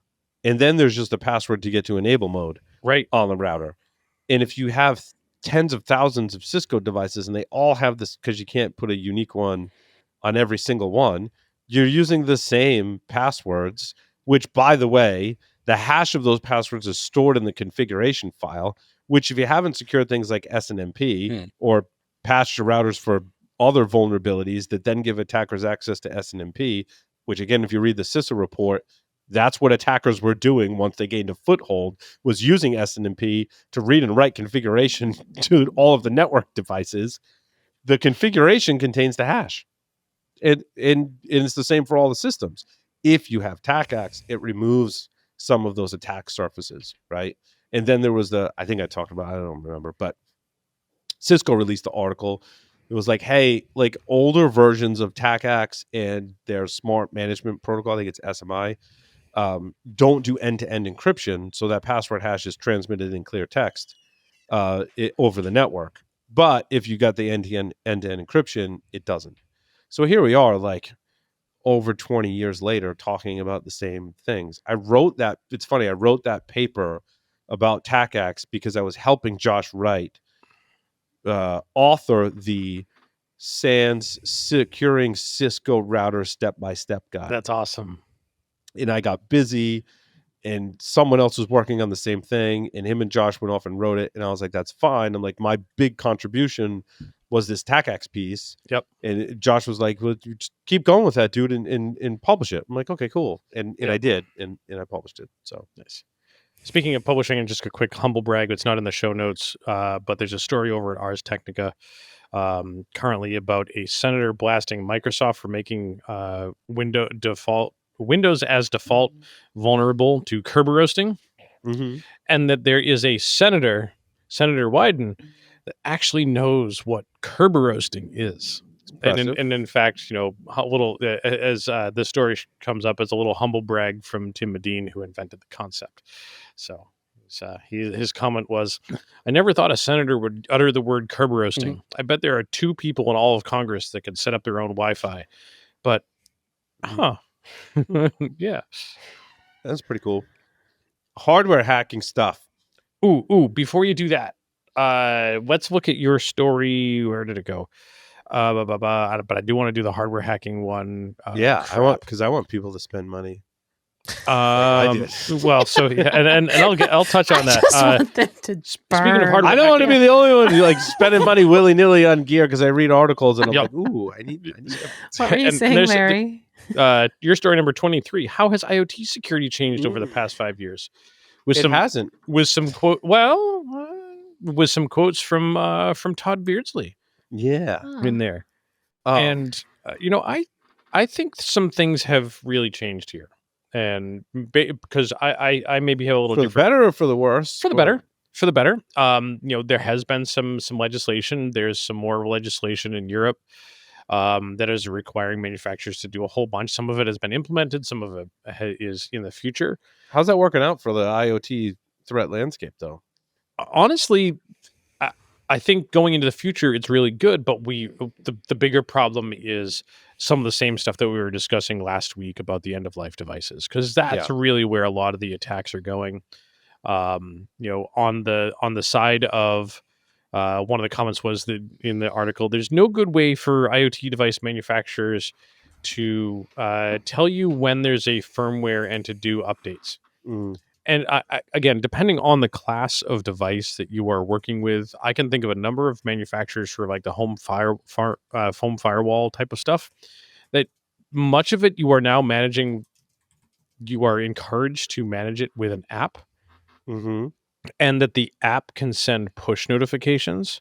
Like you can get a little pop-up on your phone that says, hey, there's a new firmware for your firewall. Do you want to upgrade it? Not all of them do that. Not all of them do, but there is the capability, and some the arguably the better ones do. And the better ones also turn on automatic updates by default. Yeah, I agree. So like, I mean, there needs to be more of that. There needs to be a whole lot more of that. But I think we have gotten a lot better. Yeah, it's hard because it's so ubiquitous and disjointed, right? Yeah, I mean, totally. if we just looking at our own homes, how many different IoT devices do you have that all have their own app or own way to manage it, and it's all different? Like, I think I probably have 30 different apps on my phone for managing different IoT ecosystems. Yeah. And like some you log in and it's immediately apparent that you need to update firmware. Yep. Some update firmware automatically. I'll go back to Ring. Ring, I believe, just does it in the background. I've never had to do anything to update the firmware on my Ring doorbell. And from what I understand, when they had a security incident, like, I don't know, 10 years ago or whatever, is they just automatically push the firmware updates. But then you go to other things and you have to dig to find the firmware update. Yep. If you put a new device in, it tells you, like when I put in the new TP-Link Kazaa, is that how you say it? Kazaa?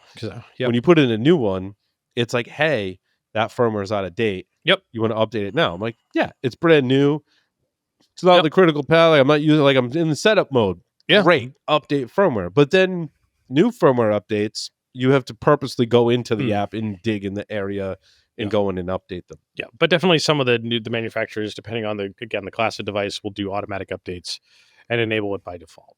So I almost need to update now. My recommended automatic updates should be point number one. Like, how do we solve this problem? Automatic updates. Yep. I mean, that's how Microsoft solved it. Yep. Right. It's iOS. I mean. Yes, automatic updates. But a lot of people defer those updates too. Oh, don't get me wrong. They absolutely do. And they can. And I am one of those folks that definitely does update deferral, but eventually it gets there. But it keeps bothering me that, hey, you've got updates. So it has to keep. That's the problem with IoT devices, is they all don't automatically update or bug people to update them. Yep. And I will say the legislation thing is interesting. And it's not especially here in the US currently, it's not so much legislation, but we've talked on the show extensively about Cyber Trustmark, that it was supposed to be like Cyber UL, so that it was a voluntary program people could go and integrate with, and you could go get real time updates about the security. Like you're in Best Buy or you're in your electronics retailer, and everybody's got their Cyber Trustmark certified logo on the front of their box, and it's got a QR code, and you can scan it, and like this device has a 6.7 rating, yellow, and this device that has a 9.4 rating, and it's dynamic. So like all of a sudden there's a new vulnerability released to the Kev list that the 9.4 goes down to an 8.9. And it's dynamic day by day as you're making your. So it's like a decisions. QR code that you scan. Yeah. Yep. And that was all the intent. And we were all set to have had that rolled out for Christmas shopping season last year. And then there were some delays, and it's not going to be ready for Christmas shopping season this year because it was a U.S. government sponsored program, and it was a U.S. government sponsored program under the Biden era. Yeah. So you can imagine where this has gone, which is right. not gone anywhere under current. But my opinion is we're not going to solve this problem or even get anywhere close to solving this problem without some kind of smart legislation. Yep. Like that, without some kind of Routers Act. Like basically my first 2 points involve as much as sometimes it pains me to say that, it requires government involvement to, one, put forth smart legislation. Yep. In legislation now, like, takes us from where we are today and moving us forward. Yep. Right? Like bringing new products to market, it requires legislation. Yep. It has to go through a whole series of processes to get there. And then there's some type of standard that, like, basically you can't put crappy, insecure shit on and sell it in the market here in the U.S. Yep. Routers Act, maybe not quite as heavy-handed. There's been a lot of tries. FDA 524B, that's very heavy-handed because it's the FDA. Europe, CE Red. Supposedly we've passed the deadline for CE Red implementation. Basically says you cannot sell shitty stuff. It has to raise the bar, much like the FDA regulations for medical equipment. It has to raise the bar. If you want to bring a product to market, it has to reach a certain minimum standard of security. A lot of efforts have failed in this, but in order to solve this problem or approach solving the problem, got to have good legislation, but also government involvement has to happen. In my number 2, in Paul's way to solve the IoT security problem, is with incentives, because you can help solve the problem from this point moving forward with legislation similar to what we've done in the FDA as an example. But now you've got to look back in the millions and millions and millions of devices that have already been sold or in operation today. A large percentage of those, some percentage of those anyway, are end of life. What do we do? That has to be an incentive-based structure that I've talked about before, where in order to replace the insecure things that you have are end-of-life devices, there has to be an incentive for both the consumer, the enterprise, and the vendor to make that happen. And that is going to also, in my opinion, require some type of government involvement to go, hey, there's a great program that has to be evangelized, has to be marketed. If you get internet from the ISP, you get a discount if you upgrade your router to something that has a longer shelf life than what you have. Or if your router is X number of years old and you upgrade it, you get a discount. Maybe you get a free router, and that money could be subsidized, in my opinion, by the government to create an incentive structure for people, for companies to go, yeah, we're gonna upgrade our stuff. Yeah. For vendors to go, yeah, we're gonna upgrade we're gonna help people upgrade their stuff. Well, I mean, arguably they tried that with the telecom industry, and it failed miserably. Right. So, but and this is like millions and billions of dollars, and right. I think the number 3. I think you and I were touching on this before the show, Larry. My thing was like back to Apple and lockdown mode. Like, why can't we have an IoT device lockdown mode? Like, why can't we really up the ante in terms of by default how secure our devices are when we deploy them? Why can't all the software be signed? Not that it solves all the problems, but it solves a huge subset of problems. If all the software that runs on the device is signed, it raises the bar for an attack. Like right now, attackers are just walking into an IoT device, authentication bypass, command injection. We have the technical capabilities to make those problems harder, right? Some of it, yes, is a more secure SDLC, better software security from the development phase. But some of it is also what defensive mechanisms can we put on these devices to have the equivalent of a lockdown mode on an IoT device to make it harder for an attacker, even if there is a vulnerability, to exploit it, right? We put that shit in Android and iOS, in Mac OS, right? We've seen better memory protections. We don't see that on IoT devices because, again, it's a economic problem of margins and stuff. A phone is really expensive, but an IoT device you can get for $12 on Amazon. That's what I was going to say, Paul. The problem is like the IoT devices are incentivized by the cheapness, right? Like that's like when you look at light bulbs or whatever, like If it's one's cheap, 50 yeah. bucks and one's $5, like, do you care? You're buying the Yeah. $5 light You're bulb. buying the Right. $5 light bulb that has no security, Yeah, and but it's then- already end of life when you bought it, and that's why it's $5. Yeah. Yeah, but then again, people still do buy Philips Hue stuff, which I can't justify because the shit's expensive. Right. Like, it's just Right. the problem. Like, so Yeah, I Yeah. bought a bunch of it, and then I didn't buy any more because the shit's expensive. Yeah, I mean, I bought a bunch of the quote knockoff stuff, and I bought a bunch of whiz bulbs, and we put them in our kitchen and our living room, and they all color changed, and you can set scenes and all that type of stuff. And you know how many times I actually did that? yeah, right. Twice Yeah. in the first week I had them. Mhm. Every other time, the light bulbs are white Light bulbs. or off. Yeah, they're light bulbs. And in fact, the set in our kitchen were so shitty that do they just flash randomly? oh no, you turn them on, and if they couldn't connect to Wi-Fi, they would not turn on, or they'd turn on like wrong colors, or most of the time they wouldn't turn on. Yeah. So you have to flick the switch like 3 times, flick to get them to reset. And half the time I was flicking the resets and putting all of the bulbs back in factory default mode every time. And then it's just a light bulb. Yep. Yeah. And then you know what I did? I ripped them all out and just put in Light bulbs. light bulbs. Yeah. When you Yep. when you took the ones made by Wiz out, did you say you were taking a Wiz? Even better, I had to take a whiz over the kitchen sink. Right. Speaking of taking a whiz, I mean, Wow, where are you going with this? IoT and hardware. Yeah. Your the Bluetooth printing. Oh, do we get to talk about hardware hacking? that was shit now? that was the one you wanted to talk about, right? Was the Bluetooth printing one? The Bluetooth. There's 22? two Bluetooth ones. Yeah, 22 is Zeno Kova's awesome Bluetooth stuff. Yeah. Zeno, a couple of years ago, started down this Bluetooth route. We covered it on the show. He was able to create this like Bluetooth sniffing rig that could identify a massive amount of Bluetooth devices. Like massive Bluetooth reconnaissance was the purpose of the project. He's now got that in a state where the GitHub for this has been updated with 2 things that have me excited. One, there's a 8.5-hour free course on Open Security Training 2 that teaches you how to build and do the Bluetooth stuff that he's been presenting at conferences in the past year and a half Cool. or so, which is awesome. It's free.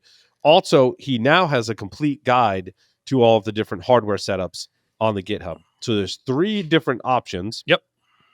On the GitHub page, complete with like the whole shebang as to, I can put it on the screen. So he's got the laptop set up. Yep. He's got the tiny small size The setup, tiny tooth, which looks like a Pi Zero. Pi Zero. Yep. And then he's got the Pro Max Extreme Edition, which looks like the one he deployed on the side of the highway from previous presentations. Yep. And that one is using an Intel Atom X7 board, Yes. specifically the up squared, aka up 2. Yes. Yep. But like if you click on each of those, there's like a whole guide with links to where you can buy the whole shebang, and like look at the graphic with the numbers. Yep. So Hey, this everything. is what this is. This is a battery. This is a voltage converter. These are antennas. These are the cables you need. This is the yep. Great job, Zeno. So I was looking at this, and then I started buying stuff. He does recommend a Bluetooth adapter. Yep. Which I bought one. You didn't from already his have one? recommendations. Yeah, I'm unboxing it right here on the show. Wow. Bill. Like, check that out. This is a little Bluetooth dongle, one of his recommendations, because I needed another Bluetooth dongle because the 12 that I have are not enough. Yeah. So which I did- one? I did buy one. This was the. Which kit did this? It's come actually from a now? Zigbee adapter. Yes. The Sonoff Zigbee 3.0 USB dongle plus what that is? P. It's from Sonoff, right? No, this is a Bluetooth USB adapter that I got from Amazon. It is not the fancy one. I didn't buy the fancy one yet. There is a fancy one on here. Yeah. So the one that he recommends there is the Sonoff. The Sonoff. Yeah. Are you familiar with that hardware? That was a. I am not. I mean, I've heard of it. I have not specifically used it. Same. Oh, required accessories, USB Bluetooth dongle. It was $14. This is the one. Oh, the Zexmite one. Okay. This is the Zexmite one. Yep. Good luck. Yep. Did you say good luck? Like, Did you say good luck? Yeah. Yeah. Good luck. I did. because they're kind of. I mean, they're very cheap. Yep. So, all right. So, so Paul, you said, oh yeah, we get to go have everybody spend a whole bunch of money. You know what, Paul? The joke's on you.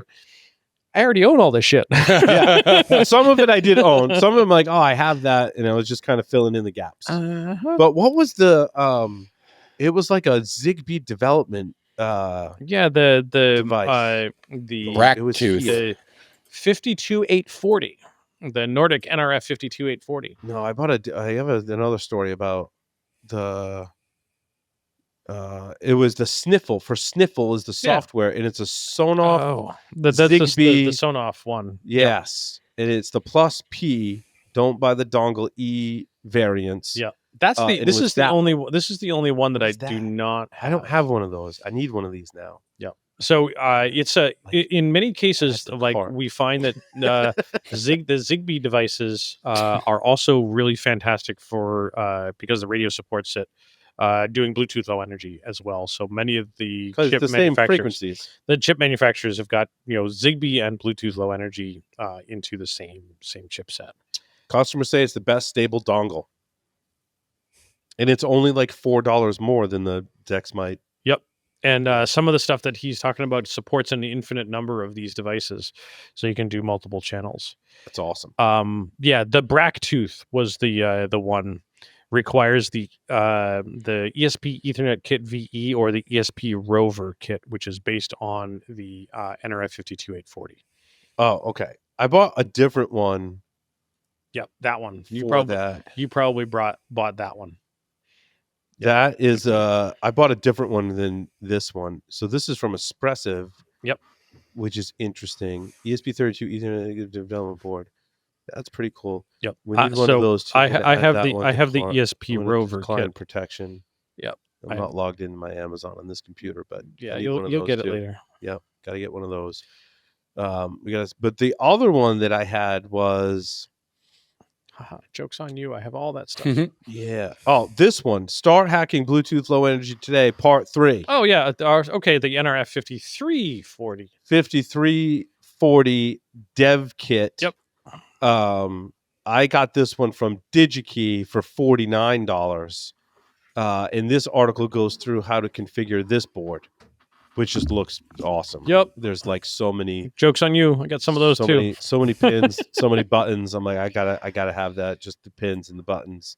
Yep. And all that stuff as well. But this was a complete tutorial on it was kind of like a getting started with this hardware. So like I saw that picture, and the author was like, "This is the one you want," and then shows you how to do like Bluetooth stuff with it and sniffing. And I'm like, "Yes, I need one of those." So too. is the purpose of the training mostly just sniffing? What is the overall, like what are you building here, Paul? Yeah.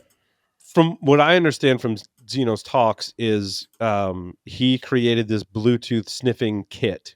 And it was the one that he put in like that ammo can. And it was a bunch of electronics and antennas, and it was able to very accurately and very fast rate enumerate Bluetooth devices.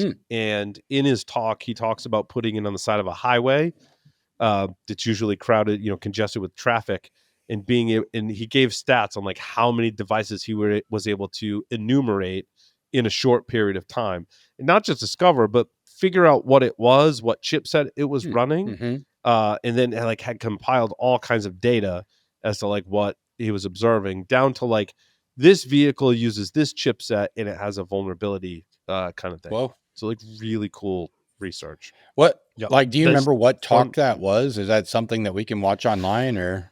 Yeah, he's given the same talk many times in various updated forms at let's see if he's got it on his GitHub. Well, I mean, now there's the training, so I mean, you probably. I mean, but if you want to watch an hour talk rather than 8.5 hours of he says the class is online. Where he gave these talks, I don't think he puts in this GitHub. It's on his website. It's not that website. It's on his darkmentor.com. Is that his handle? Yeah, it's Dark Mentor. It's Dark Mentor. Yeah, I'd have to dig it up, Bill. Yeah. It's on his website. I believe his website's darkmentor.com. Okay. And he lists all that stuff. I wish he had put his presentations on this GitHub too. Yeah, it does look like it is darkmentor.com. Darkmentor.com publications. Yeah, Hardware IO 2023. Yeah, he's got a lot of Hack.Lou. He gave a talk. Yeah, it's all on his website. Yeah, cool. Finding new Bluetooth low energy exploits via reverse engineering multiple vendor firmware. That was from Black Hat 2020. There's a whole Bluetooth security timeline on it. I haven't gone through. Mm-hmm. Xeno has published so much on this Bluetooth stuff over the past couple of years that I am behind on keeping up. I can't keep up with it. Yeah, it's pretty awesome. I think some of the biggest thing to come away with here, and we talk about this a lot in the IoT class, and even the wireless class for SANs, that Bluetooth Low Energy is the focus a lot of the stuff that we've been talking about here. In that Bluetooth Low Energy as a protocol has significantly reimagined Bluetooth Classic, make it much easier to use and much easier to develop for, including the application of much more readily inexpensive development kits, right? Which has opened up the hacking of it so much more than what we ever had with Bluetooth Classic. And Bluetooth Classic is in many cases being supplanted by Bluetooth Low Energy because it is easier to use. And develop for that. We've weakened the overall state of Bluetooth security, and the amount when we developed the Bluetooth hacking sections for both of those classes, we developed so much that it took too much time to talk about because there were so many tools and so many hardware platforms to talk about that did awesome stuff, right? That we had to cut it really back to best of breed. And because there's so much, and there's so many people doing research, and it's such a disaster. I want to talk about researchers getting pwned. Oh, I was going to say, is there anything Mandy want to talk about? I so appreciate that. And you asked that the 30 seconds after my system shut down. Oh, no. So there was, because there were quite a few that I was kind of reading into or looking at. There were a lot. So just name some. I'll hit these quick while you do that, Mandy, because these won't take long. So basically my story is I'll start with 16. Super. I mean, this is like, how many times have you been on a site reading even an LLM, right? All of these things will show you a command or series of commands, and then they've got a little button that like saves you the trouble. Copy command. Yeah, that saves you the trouble from highlighting and copying, because that's too much work for us because we're lazy hackers, and you just click the copy button. But in this case, Tim Pierce noticed that it would display a command, but if you click the copy button, it copied into your copy paste buffer a different command that was base 64 encoded, and when you decoded that was a curl command to bring down some malicious code. And like my thing is like, this could lead to a bad day, and don't let the bad days win. And it was kind of like a warning, because sometimes we're moving fast, right? And we're in troubleshooting mode. I have a problem. I'm trying to solve the problem. In helping me solve that problem, I need to copy and paste some commands from a tutorial, and we're moving fast and we don't realize it, and we make an oops. And don't do that. Slow down and make sure that this particular attack vector, which is so stupid simple, right? Because you don't see what's going into your copy paste buffer when you click the little button. It could be a malicious command. It was kind of like one of those, oh, dummy, like don't do that. Paste it out into a document. Sudo rm/rf. That removes the French language pack to save you some room. Yeah, it's kind of like you almost a procedural change, a process change you need to make. Like, you should have a scratch document handy and use that to paste stuff in. Look at it first before you go run it. And I know all of us don't do that, right? We're copying and pasting shit to make shit work, and not understanding what that command does sometimes. And all of that is dangerous. So it's kind of a warning that slow down, create a scratch document, and take your time and evaluate things. So I thought that was a good kind of heads up.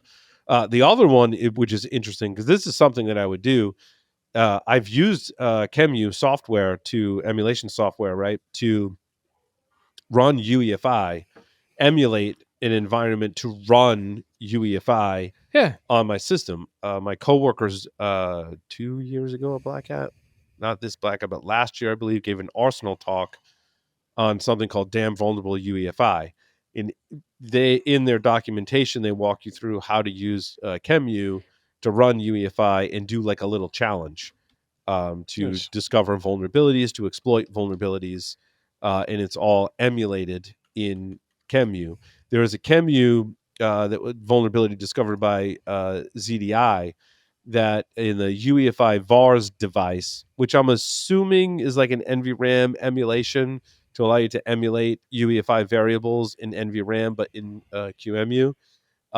And I'm like, oh, I would use this, but there's a vulnerability in it where someone could exploit that. So if you're working with some stuff and you want to emulate it, but there's an exploit in there and you haven't updated Chemu, now you're the security researcher that just got pwned. So be careful.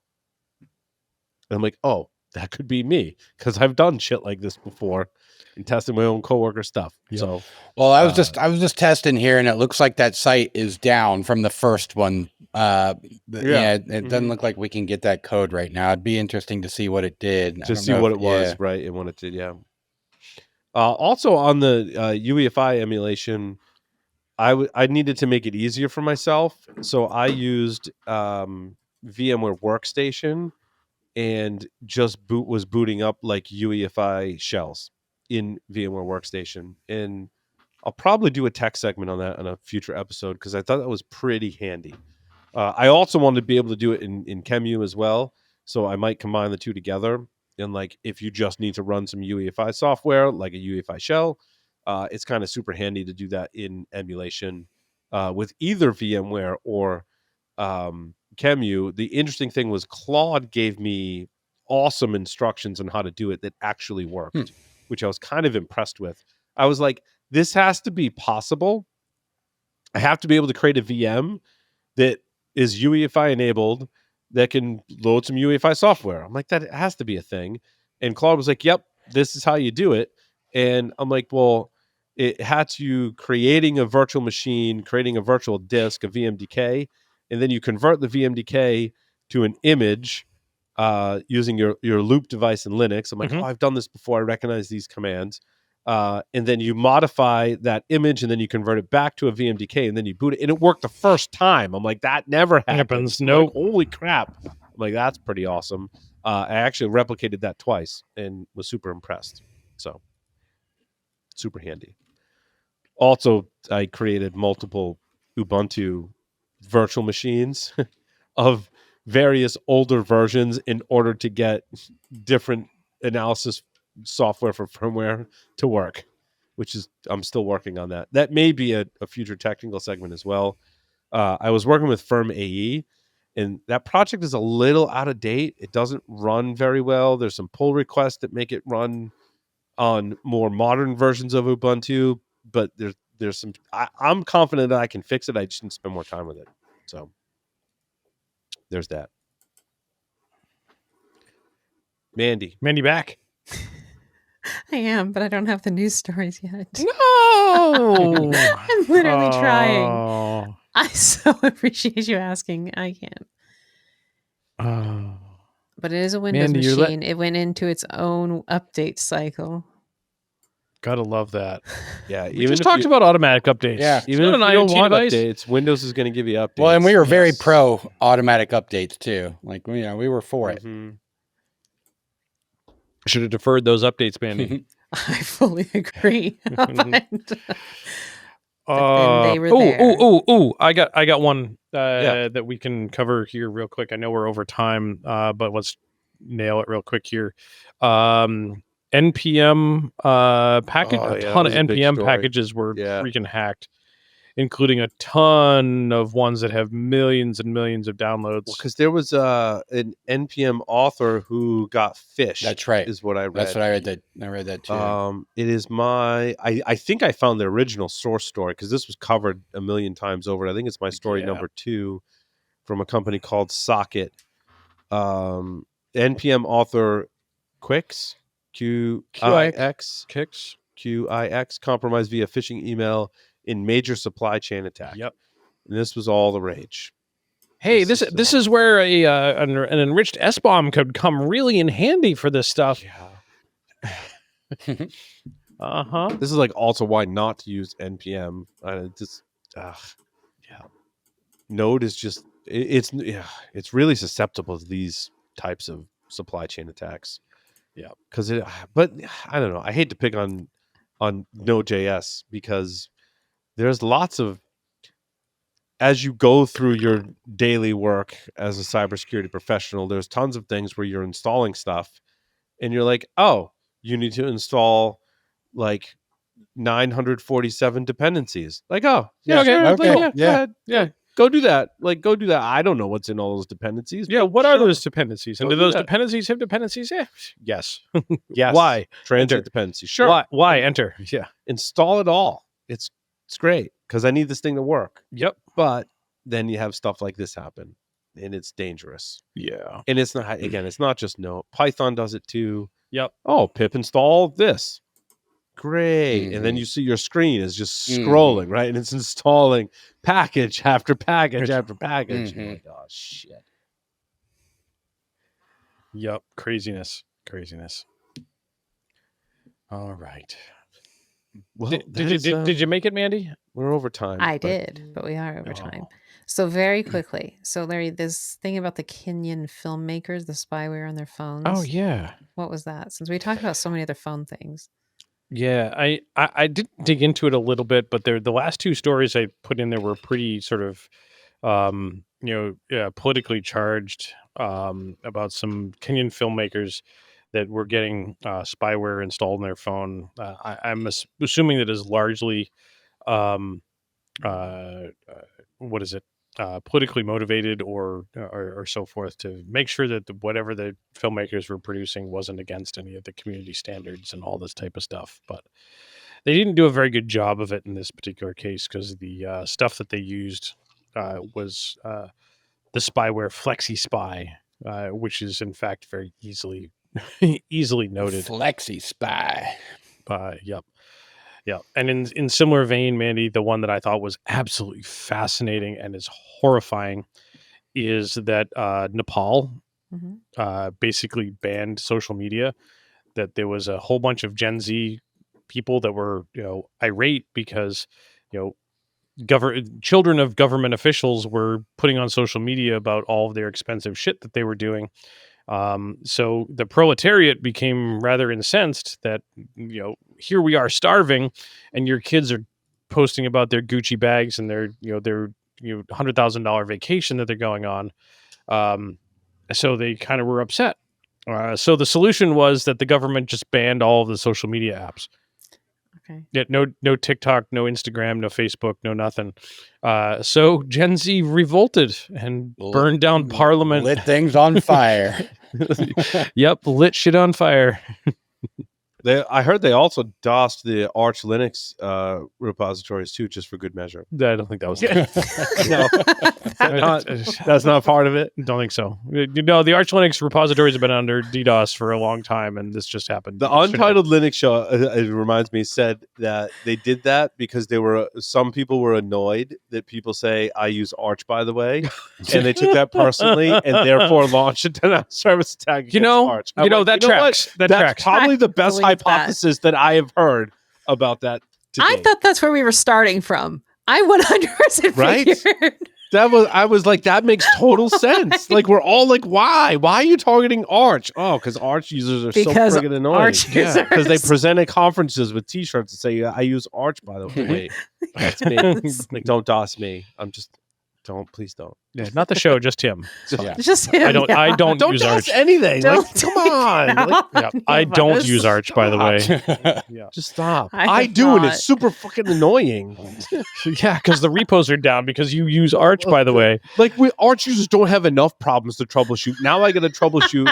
Oh, that package didn't install. I'm like, is that because of a whole shitload of reasons that I'm somewhat familiar with? Or is that because you're DOSing the package repos and fucking up my update process? Probably switch to Shit. Ubuntu.